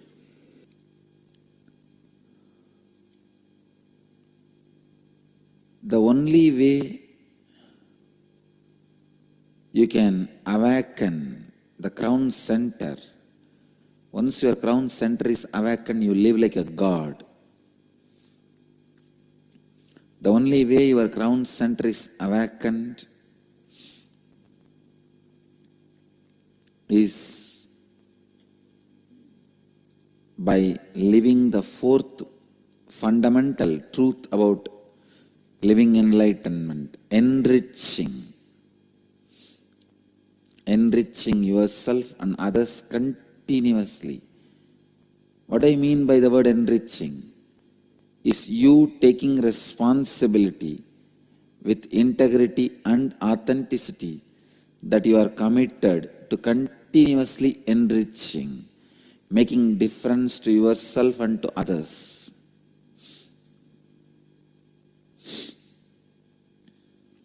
Listen.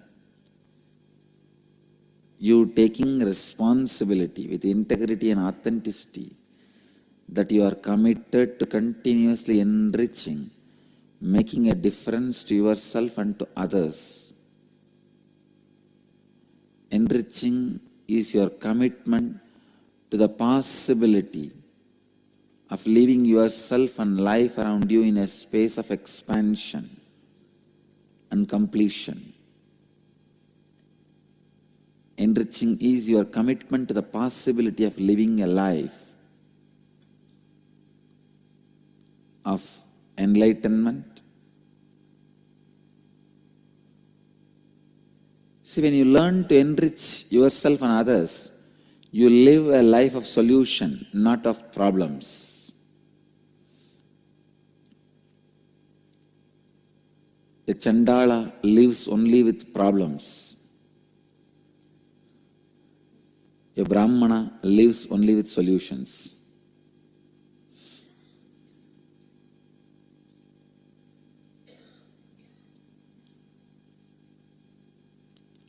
Kshatriya makes problems, Vaishya solves problems.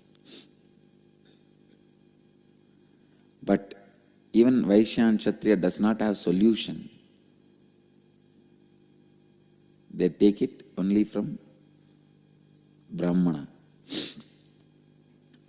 Enriching is your commitment to the possibility of being superhuman, living continuously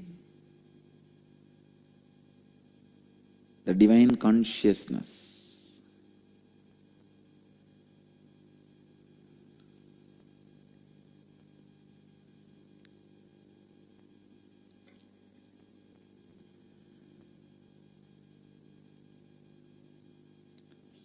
Do not give up on yourself and give up on others. That is the secret of enriching. Understand? Don't give up on you and don't give up on others. Meena Joshi is asking, Swamiji looks very tired, like he needs a good sleep. How is he going to meet 280 questions for Kalabhairava? Meena Joshi, don't worry. Once Kalabhairava enters, sleep, everything disappears. I myself disappear. What about sleep? Meena, you don't need to worry. Kalabhairava handles. Akashic reading is the easiest thing for me. I just need to keep quiet. He will do the whole thing.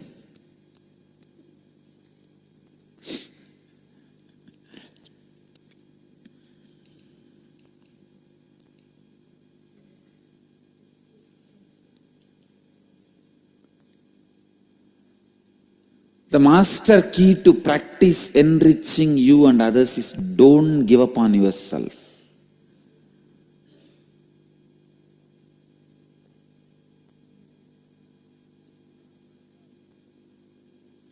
I don't give up on me, and I don't give up on others.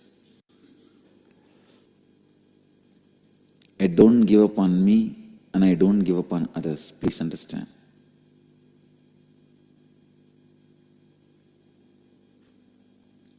How strongly you are going to remind yourself not to give up on you and others, that is going to make the success of your life, and that is going to keep your crown center alive, Sahasrara alive.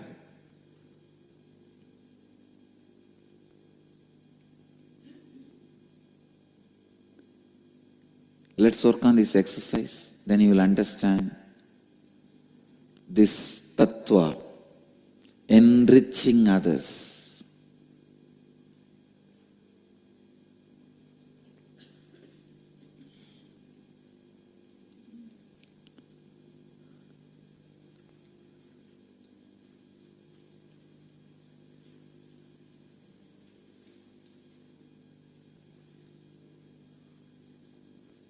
Make a list of all aspects of your life that you are not satisfied or happy about it. Look deeply into each of these aspects of your life and identify where you are not taking responsibility for your non-integrated and inauthentic thoughts, words and actions that are present in these aspects of your life. Now with awareness, bring integrity, authenticity and responsibility to these aspects of your life and visualize that now you are a being in a space of expansion, happiness and gratitude. Write down what are the new thoughts, words and actions you will take in the same aspects of your life now. Inside this new space of being in expansion, happiness and gratitude, write down in what ways you will now enrich yourself and others in your life, in all other aspects of your life. Go ahead.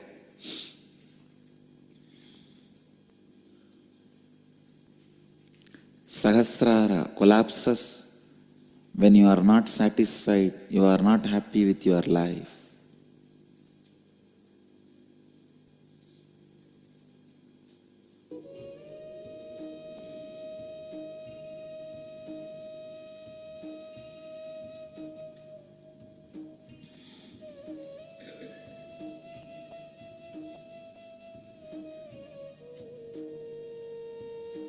See very clearly, your unhappiness will be because you gave up on you. If you quickly give up on others, you will give up on yourself. If you don't give up on you, you will not give up on others. Because I never gave up on me, I'll never give up on others.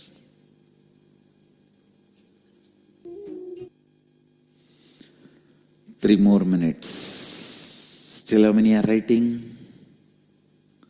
You have 3 minutes, finish.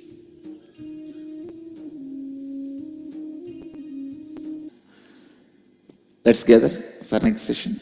Thank you.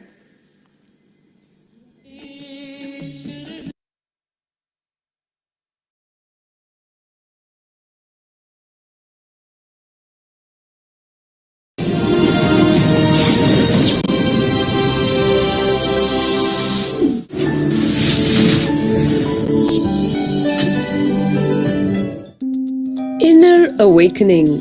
Running health recoveries. 100% cure for depression, insomnia, asthma, fatigue, chronic pain, insecurity, panic attacks, and other major disorders. Awaken the Kundalini Shakti, the dormant energy within. What would you do if you had 1300% more energy? Disease-free mind and body is your first wealth. Claim it at Inner Awakening. Inner Awakening, a 21-day meditation retreat with rare living incarnation.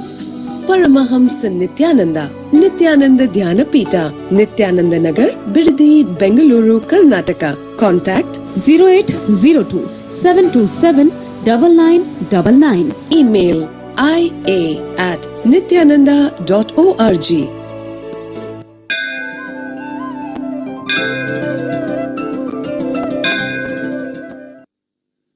नित्यानन्देश्वर समारम्भाम् नित्यानन्देश्वरि मध्यमाम् अस्मदाचार्यपर्यन्ताम् वन्दे गुरुपरम्पराम्।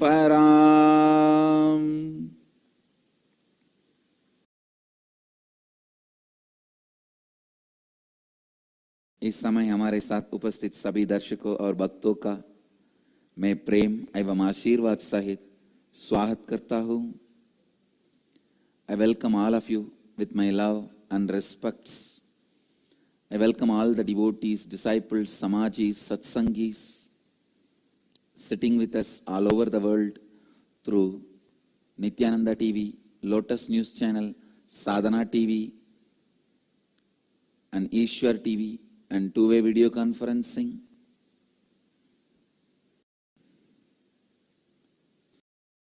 All over the world. The cities sitting with us in two-way video conferencing are Guadalupe, Vancouver, Kuala Lumpur, Seattle, Toronto, Ohio, Oklahoma, Houston, Hyderabad, Los Angeles, Charlotte, Hong Kong, San Jose, Singapore, Devon, Los Angeles, Bangalore North, East London, San Diego Pacific Beach, New Zealand Adi Arunachalam, Hyderabad Gupta Kashi, Oman Sivagangai. I welcome all of you with my love and blessings. Today I will expand on real enriching. Please understand,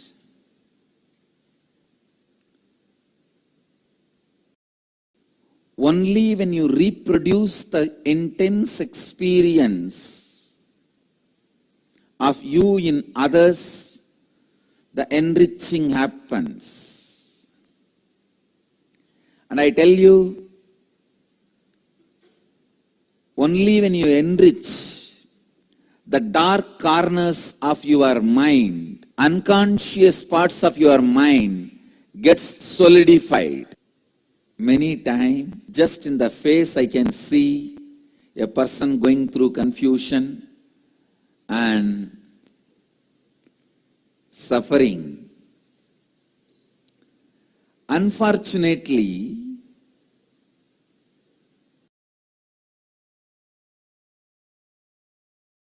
the solution is enriching, which nobody wants to listen. When you enrich other human beings, all the struggle you face in them is all the struggle your own unconsciousness carries. Please understand, when you enrich somebody and made them sannyasi, only then you are a real sannyasi. Because all the problems they face is nothing but the problems of your unconsciousness. If you can answer all their problems and questions, only then you answered all your unconscious problems and questions.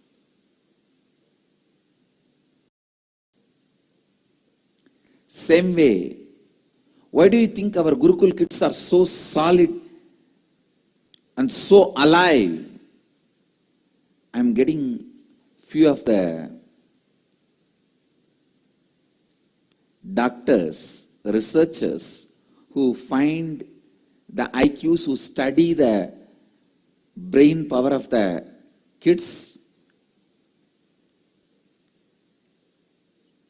to demonstrate to the world the power of our Gurukul kids. Their IQ, their EQ, their SQ. SQ is the new concept I am launching, spiritual quotient. Like intellectual quotient, emotional quotient, spiritual quotient. Because they have answered all parts of themselves. That is why I could see Gurukul kids are very successful in enriching others. And same way, because they are enriching continuously, they are able to answer all their unconscious questions, face their unconsciousness. आज मैं सही तरह से लाभान्वित करने पर बात करूंगा। केवल जब आप स्वयं की तीव्र अनुभूति को दूसरों के साथ बांटते हैं, आप सही रूप में लाभान्वित करते हैं। केवल जब आप अपने मन के अचेत भागों को लाभान्वित करते हैं, आप सही मार्ग पर है। जब आप दूसरों को लाभान्वित करते हैं, जो भी संघर्ष आप अनुभव करते हैं, वो सभी संघर्ष आपके स्वयं की अचेतना के संघर्ष है। First of all, you need to understand why we should be able to answer, why we should answer all our unconscious queries. Please understand, unconsciousness is the enemy you carry in your backpack. Enriching is the friend you carry in your backpack. Unconsciousness is the enemy you carry in your backpack. Any moment he may attack you. Any moment he may put you in depression. Any moment he may destabilize you. Unless you destroy your unconsciousness, you will create hell for yourself. Nobody else. You can't create hell for anybody else. You will create hell for yourself. Unconsciousness, understand, attacks you when you least expect. Better go around, enrich everyone, so that all your unconscious questions are answered now itself. It is like voluntarily facing your unconsciousness. When you face your unconsciousness voluntarily, you go with enough of equipments, power, and handle it. When you face your unconsciousness, suddenly you will unfortunately associate yourself with it. Please listen. Dhyan se suniye. Come to the space of listening. This is a very important statement. When your unconsciousness erupts out on its own, unfortunately you associate yourself with it, then you are gone. You lost the game. When you face your unconsciousness voluntarily, you will not associate yourself with it. I tell you, the difference between you associating yourself with your unconsciousness and you not associating yourself with your unconsciousness is a small difference. Like whether Krishna is in your side or not. See, there was a situation, Krishna has to decide whether he should be in the side of the Pandavas or Kauravas in Mahabharata. That 1 second, that one decision would have changed the whole history of Mahabharata and Bharat. If he has sided Kauravas, I tell you, it is not that Kauravas are worse people than Arjuna. After listening to the whole Gita, I can say very clearly, Arjuna was only socially moralistic. Consciously, he was equal to Duryodhana's. If the same Gita was delivered to Duryodhana's, all the 100 of them would have become Arjuna's, enlightened. The whole story will be different. Understand, there is nothing special with Arjuna. I can boldly tell you. He may be socially good, but based on the questions of Arjuna, I can say he was equally unconscious like Duryodhana. The situation making you as a good person may be accident, but you making the situation good is incident. Understand? Situation making you as a good person is an accident. You making the situation good is incident. The one decision whether Arjuna is going to have Krishna or not, whether Krishna is going to side Arjuna or Duryodhana, that one decision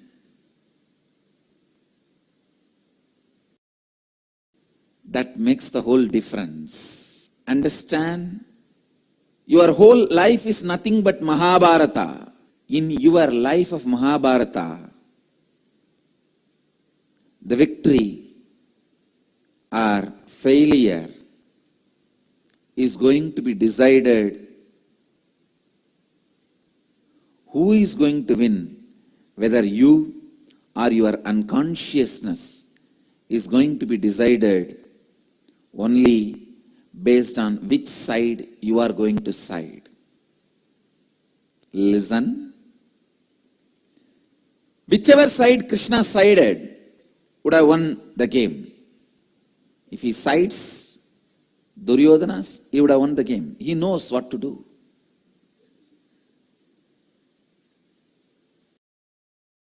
I have gone through the Mahabharata, I tell you,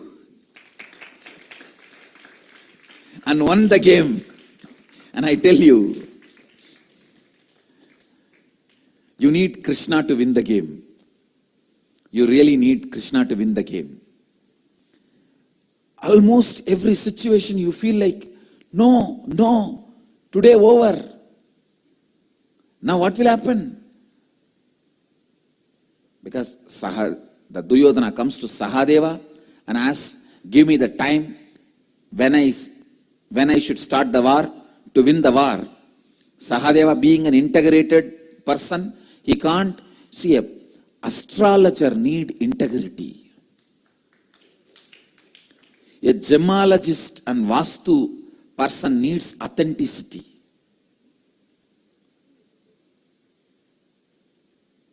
These are the unique qualities. The astrologer has to have integrity. You can't compromise. See, for an astrologer, integrity is a more powerful quality than responsibility and enriching and authenticity.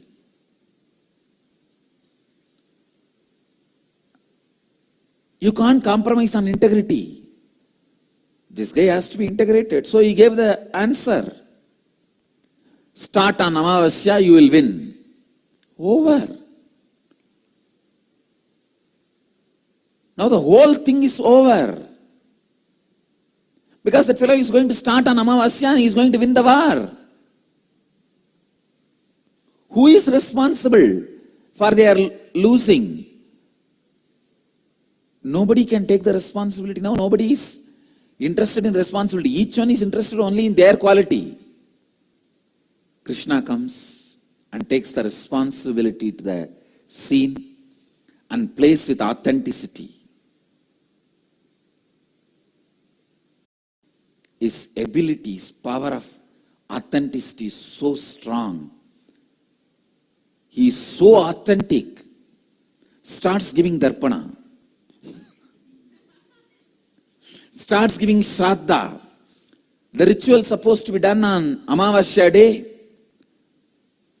His authenticity was so strong, the sun and the moon are frightened. What happened? Did Krishna miss the date? Did Krishna forget? Today is not Amavasya. They both rushed to Krishna and asked, "Oh Bhagavan, why are you doing Shraddha today? Tomorrow is Amavasya."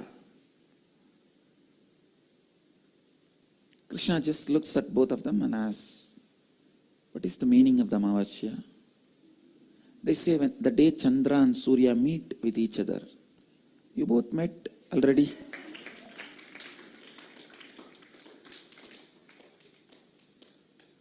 You both met. That's it. So Amavasya. Understand, astrologer need to have integrity. Each person need to have one special qualities. But an enlightened being who can lead you to success need to have all the four and something more. And ability to play with which quality, when, where. Only Krishna can do the drama. I tell you, whichever side Krishna sides, that side would have won the game. Same way, whichever side, whether your unconsciousness or your consciousness, whichever side you side, that side wins the game.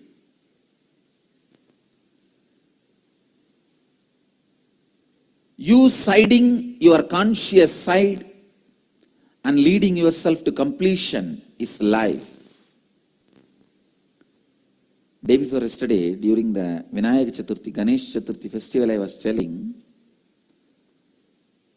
the most blissful life on the planet Earth is our Gurukul kids' life.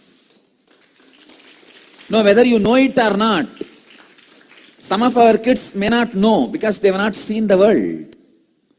They may not know. Whether you know it or not, I tell you, the most blissful life, the most fortunate life. Kathopanishad says, if you are given the option of right and pleasure, right thing, good thing, and very pleasure, convenient, happy thing, choose always the right thing, not the pleasure one, not the convenient one. In this age, they may not know, but they have chosen the right one, not the pleasure one, not the convenient one. I tell you, in this age, choosing the right one.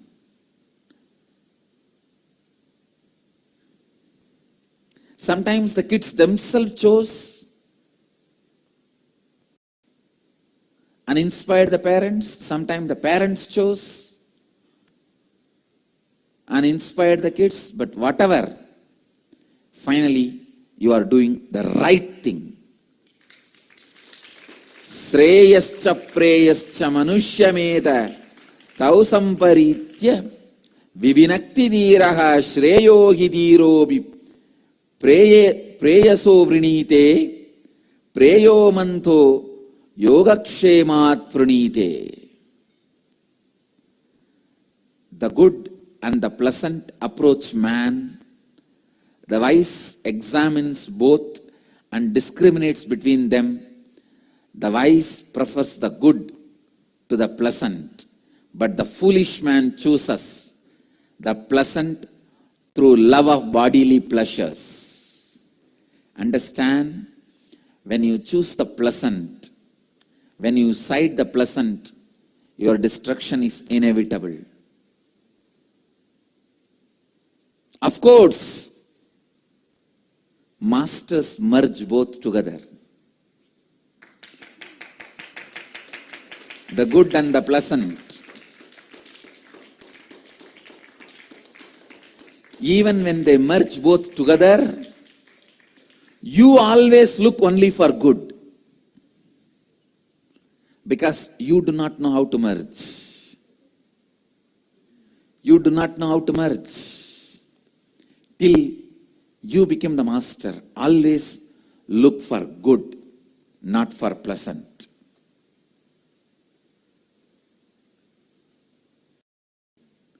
Look for the right, not for light. Your whole life is nothing but a Mahabharata. I tell you, the Kaurava's birth, what is it? One child is born which is unconscious, dead, abort. So that was broken to 100 pieces. Means what? When you are born, you are unconscious and you are broken to hundreds of root patterns. And all 100 grows like demons, means all your root patterns growing as demons. When you are tired of being demon, you also encourage some good qualities in you just for the change. Please understand. There is nobody who is 100% demon, because being 100% demon makes you feel bored. Otherwise, why should Ravana do Shiva Puja? People have just mix of things. You can't be 100% demon or 100% saint till you become enlightened. Till you become an enlightened soul, enlightened being. Both sides will be there, this side, that side. Because you need choice. Life is all about just jumping from one to another. Choice, choice, choice, choice, choice. The few good patterns which you developed in you, just as a choice, as an alternative for a time pass, that few good patterns are the Pandavas. And the space of completion which you have inside, which can't be destroyed by any root pattern, is Krishna. Once in a while he comes out and says, hey, all you root patterns, you guys are doing wrong things, don't do. Then all 100 of your patterns stand and laughs at that Krishna. You can stop us or what? Do what you want. Every time, every day, every moment, the struggle between Pandavas and Kauravas goes on. Krishna also comes to the scene once in a while. But he comes such a short time, you forget his existence. He goes back to Dwaraka. He goes back to his place. the space where you push your completion. All of us have the space of completion, but we push it under the ocean, like Dwaraka. We don't want to interact with that space every day because that takes away many of our vested interests. Many things which you imagine, forcibly imagine, are joyful, tasty, doesn't look tasty with the space of completion. Your whole life is a Mahabharata. Then, when your weight becomes too much for your own body, when your incompletions are too much for your own body, please understand, when Bhudevi, the earth goddess, is not able to hold the weight, Krishna comes and reduces the Bhubara, the weight of the earth. It means when your incompletions become too much even for yourself, Krishna comes and destroys all incompletions. How to know whether my incompletions have become already too much even for me? If you are not able to sleep in the night, be very clear. Sleep is the scale. After lying down, if you are not able to sleep, if you are rolling on the bed without getting sleep, then your incompletions have already become too much for you. Now it is time Krishna should happen. Now it is time for Krishna to happen. Bhubara has become too much. You become too heavy even for you.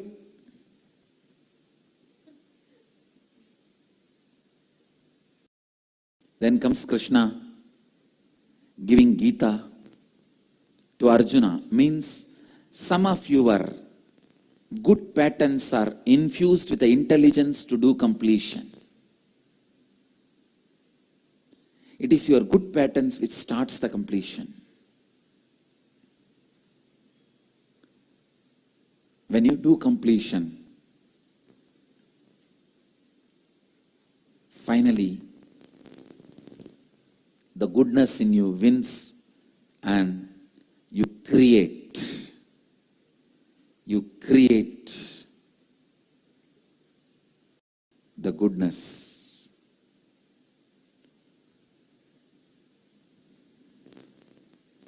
You create the reality you want. Please understand, after the Mahabharata war, they have to completely rebuild everything. Create everything. Same way, after your completion, you will create everything. You will create life. You will create everything. पहले आपको ये समझना चाहिए कि आपको अपनी अचेतना के प्रश्नों के उत्तर क्यों देने चाहिए. आप में उपस्थित अचेतना स्थिति वो शत्रु है जो आप अपने बैकपैक अपने झोले में उठाते हुए चलते हैं. लाभान्वित करना वो मित्र है जो आप अपने बैकपैक अपने झोले में उठाते हुए चलते हैं. अचेतना सबसे अनपेक्षित समय में आप पर आक्रमण करता है. स्वयं अपनी स्वेच्छा से अपनी अचेतना स्थिति का सामना कीजिए. ध्यान से सुनिए.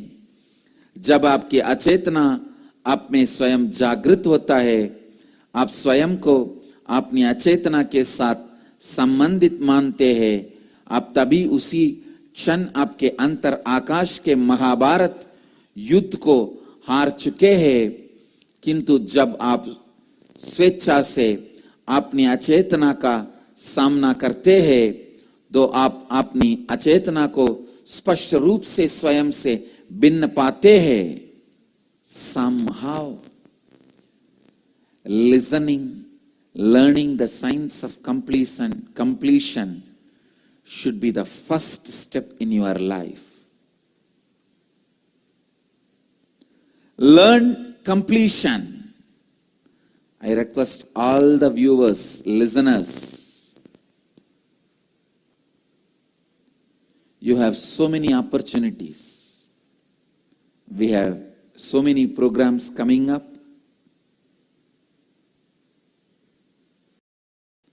To teach you the science of completion. One of the important teaching of Mahadeva, Shiva, listen to the science of completion. Learn the science of completion. Live the science of completion. I tell you,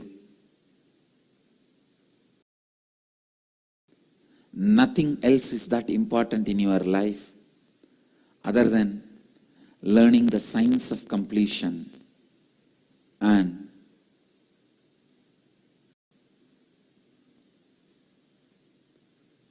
complete all the unconscious parts of you.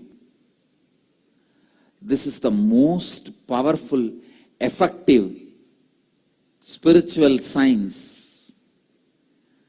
Immediate spiritual science, and give energy, courage, support to the completion space of you, that will really cause miracles in you. That will really cause miracles in you. अब हम आज के निराहार संयमा ध्यान में प्रवेश करेंगे। सीधी तरह से बैठ जाइए और चेतना स्थिति के साथ कल्पना कीजिए कि आप बिडदी वटवृक्ष बन गए हैं। इस कल्पना के साथ आप अपने दोनों नासिकाओं और मुख के द्वारा सांस अंदर लीजिए। जितनी देर आप अपने सांस को अंदर बांध कर रख सकते हैं, उतनी देर आप अपने अंदर सांस को बांध कर रखिए। जब आप अपने सांस को और बांध कर नहीं रख पा रहे हैं, तब आप अपने मुंह बंद रखकर अपने सांस को अपनी दोनों नासिकाओं द्वारा धीरे से छोड़ दीजिए। आप में अपनी पूरे संपूर्ण श्रद्धा, उत्तरदायित्व और लाभान्वित करने के 4 तत्वों के साथ आशीर्वाद देता हूं कि आप सबकी कुंडलिनी शक्ति जागृत हो जाए और आप सब अपनी जीव ऊर्जा को सीधे आकाश और वायु से उत्पन्न करें। अब क्रिया आरंभ कीजिए और इस क्रिया को लगातार 21 मिनट तक कीजिए। Please sit straight, close your eyes, cognise you become Bididi Kalpavriksha. Inhale through both the nostrils and the mouth. Hold as long as you can comfortably. Exhale through both the nostrils. Do this for next 21 minutes. With the cognition, you have become Bididi Kalpavriksha. I bless you all, let you all experience Kundalini awakening. Let you all create the energy directly from space and live health, bliss and enlightenment. Namah Shivaya. Let you all achieve, experience, live, express, radiate, share and explode in eternal bliss. Nithyananda. Nithyananda Dhyanapitham, Nithyananda Nagar, off Mysore Road, Bidadi, Bengaluru. Phone 08027279999. www.nithyananda.org. www.youtube.com/Life Bliss Foundation.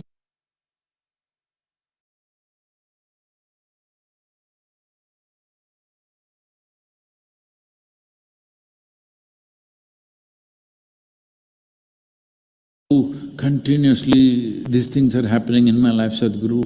You think God is angry with me? I thought generally He's happy with idiots.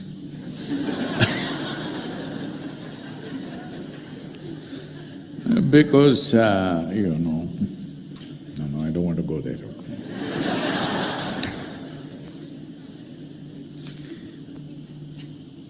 we are always busy giving reasons and explanations for everything rather than understanding, the more clearly we see life, the better we live.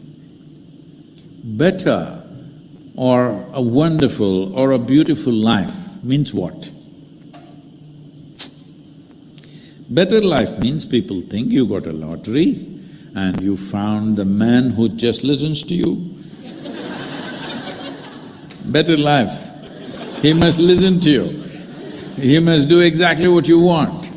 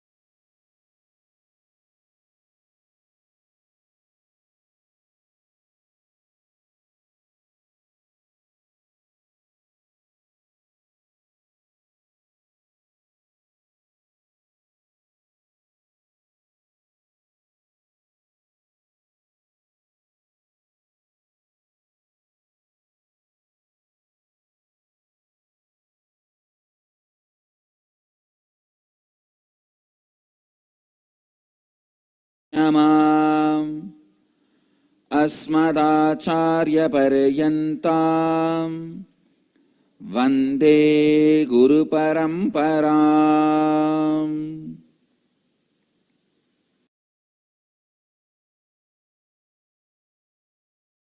इस समय हमारे साथ उपस्थित सभी दर्शकों और भक्तों का मैं प्रेम एवं आशीर्वाद सहित स्वागत करता हूँ.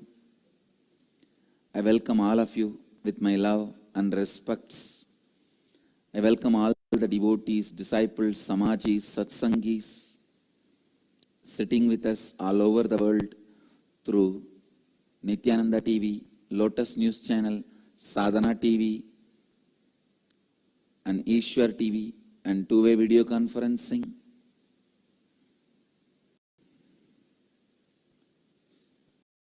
All over the world. The cities sitting with us in two-way video conferencing are Guadalupe, Vancouver, Kuala Lumpur, Seattle, Toronto, Ohio, Oklahoma, Houston, Hyderabad, Los Angeles, Charlotte, Hong Kong, San Jose, Singapore, Devon, Los Angeles, Bangalore North, East London, San Diego Pacific Beach, New Zealand Adi Arunachalam, Hyderabad Gupta Kashi, Oman Sivagangai. I welcome all of you with my love and blessings. Today I will expand on real enriching. Please understand,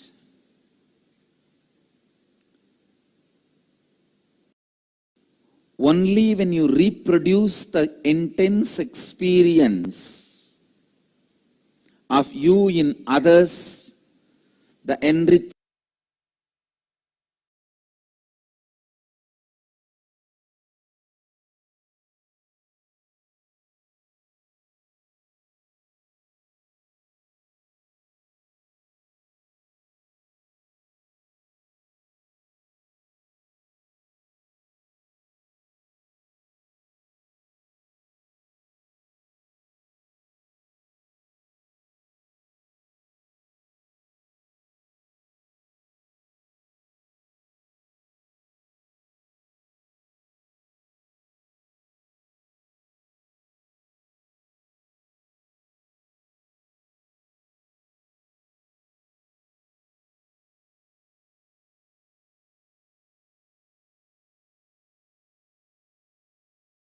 enriching happens.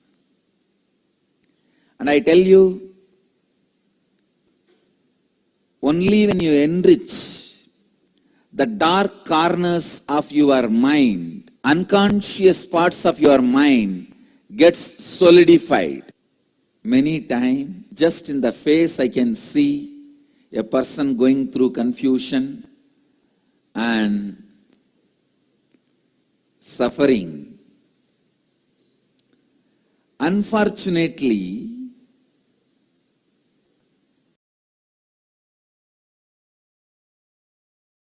the solution is enriching, which nobody wants to listen.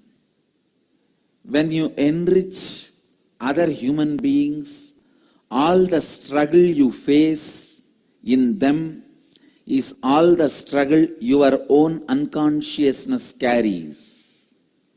Please understand, when you enrich somebody and made them sannyasi, only then you are a real sannyasi. Because all the problems they face is nothing but the problems of your unconsciousness. If you can answer all their problems and questions, only then you answered all your unconscious problems and questions.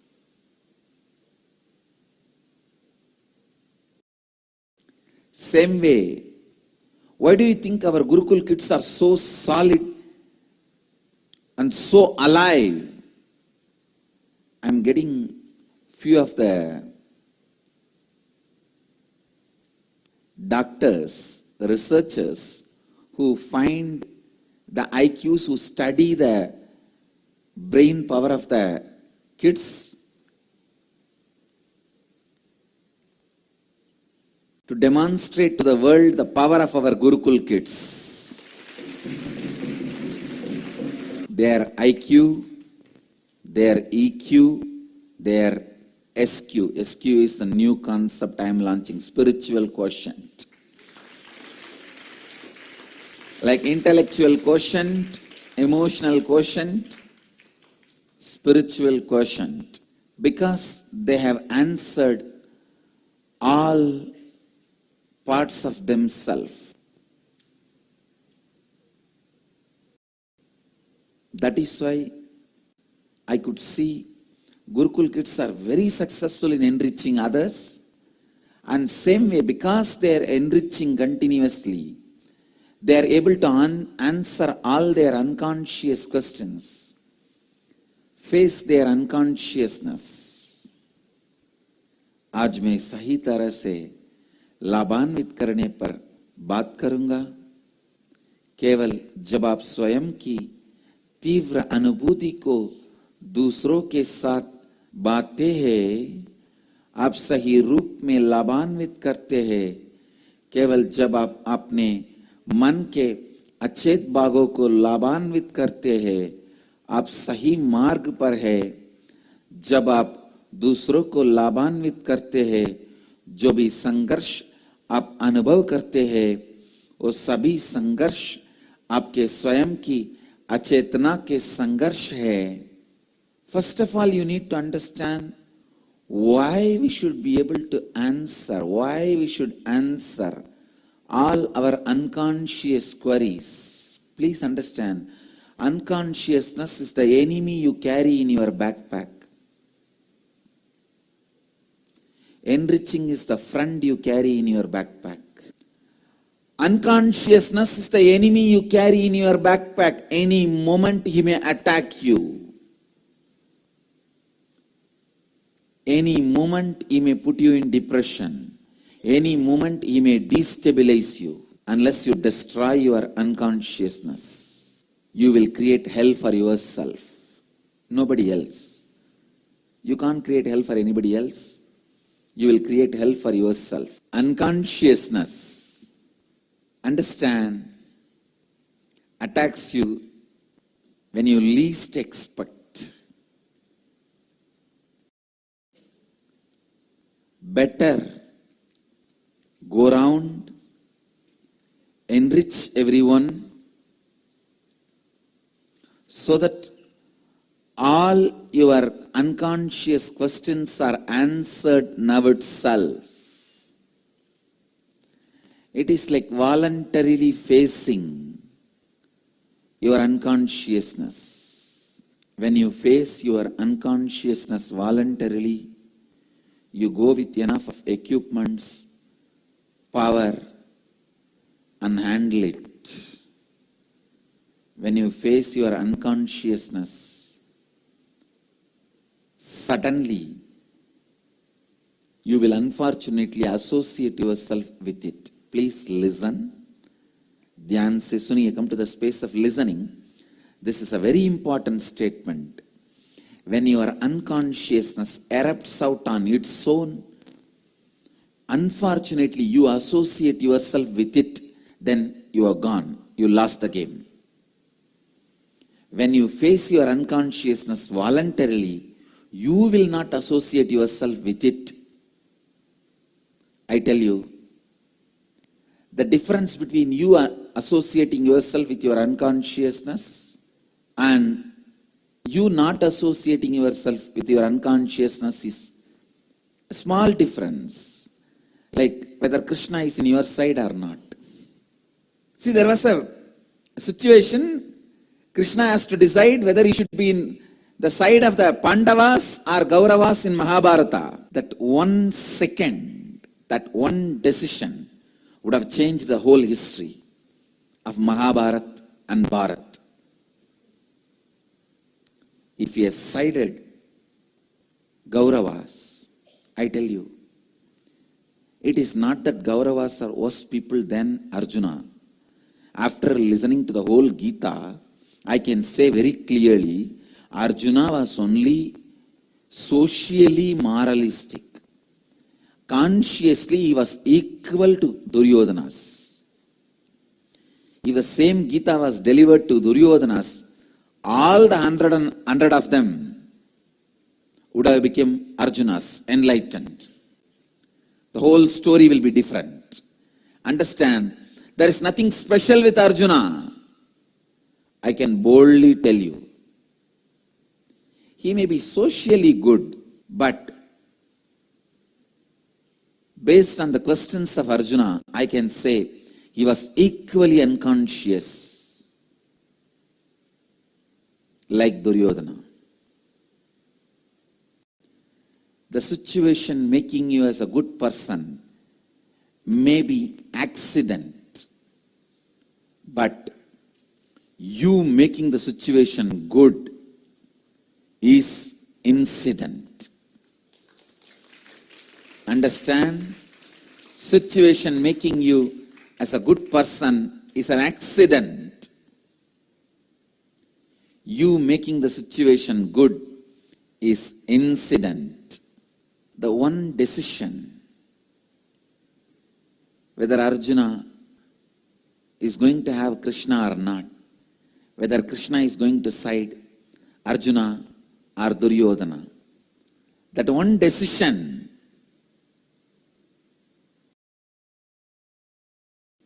that makes the whole difference. Understand? Your whole life is nothing but Mahabharata. In your life of Mahabharata,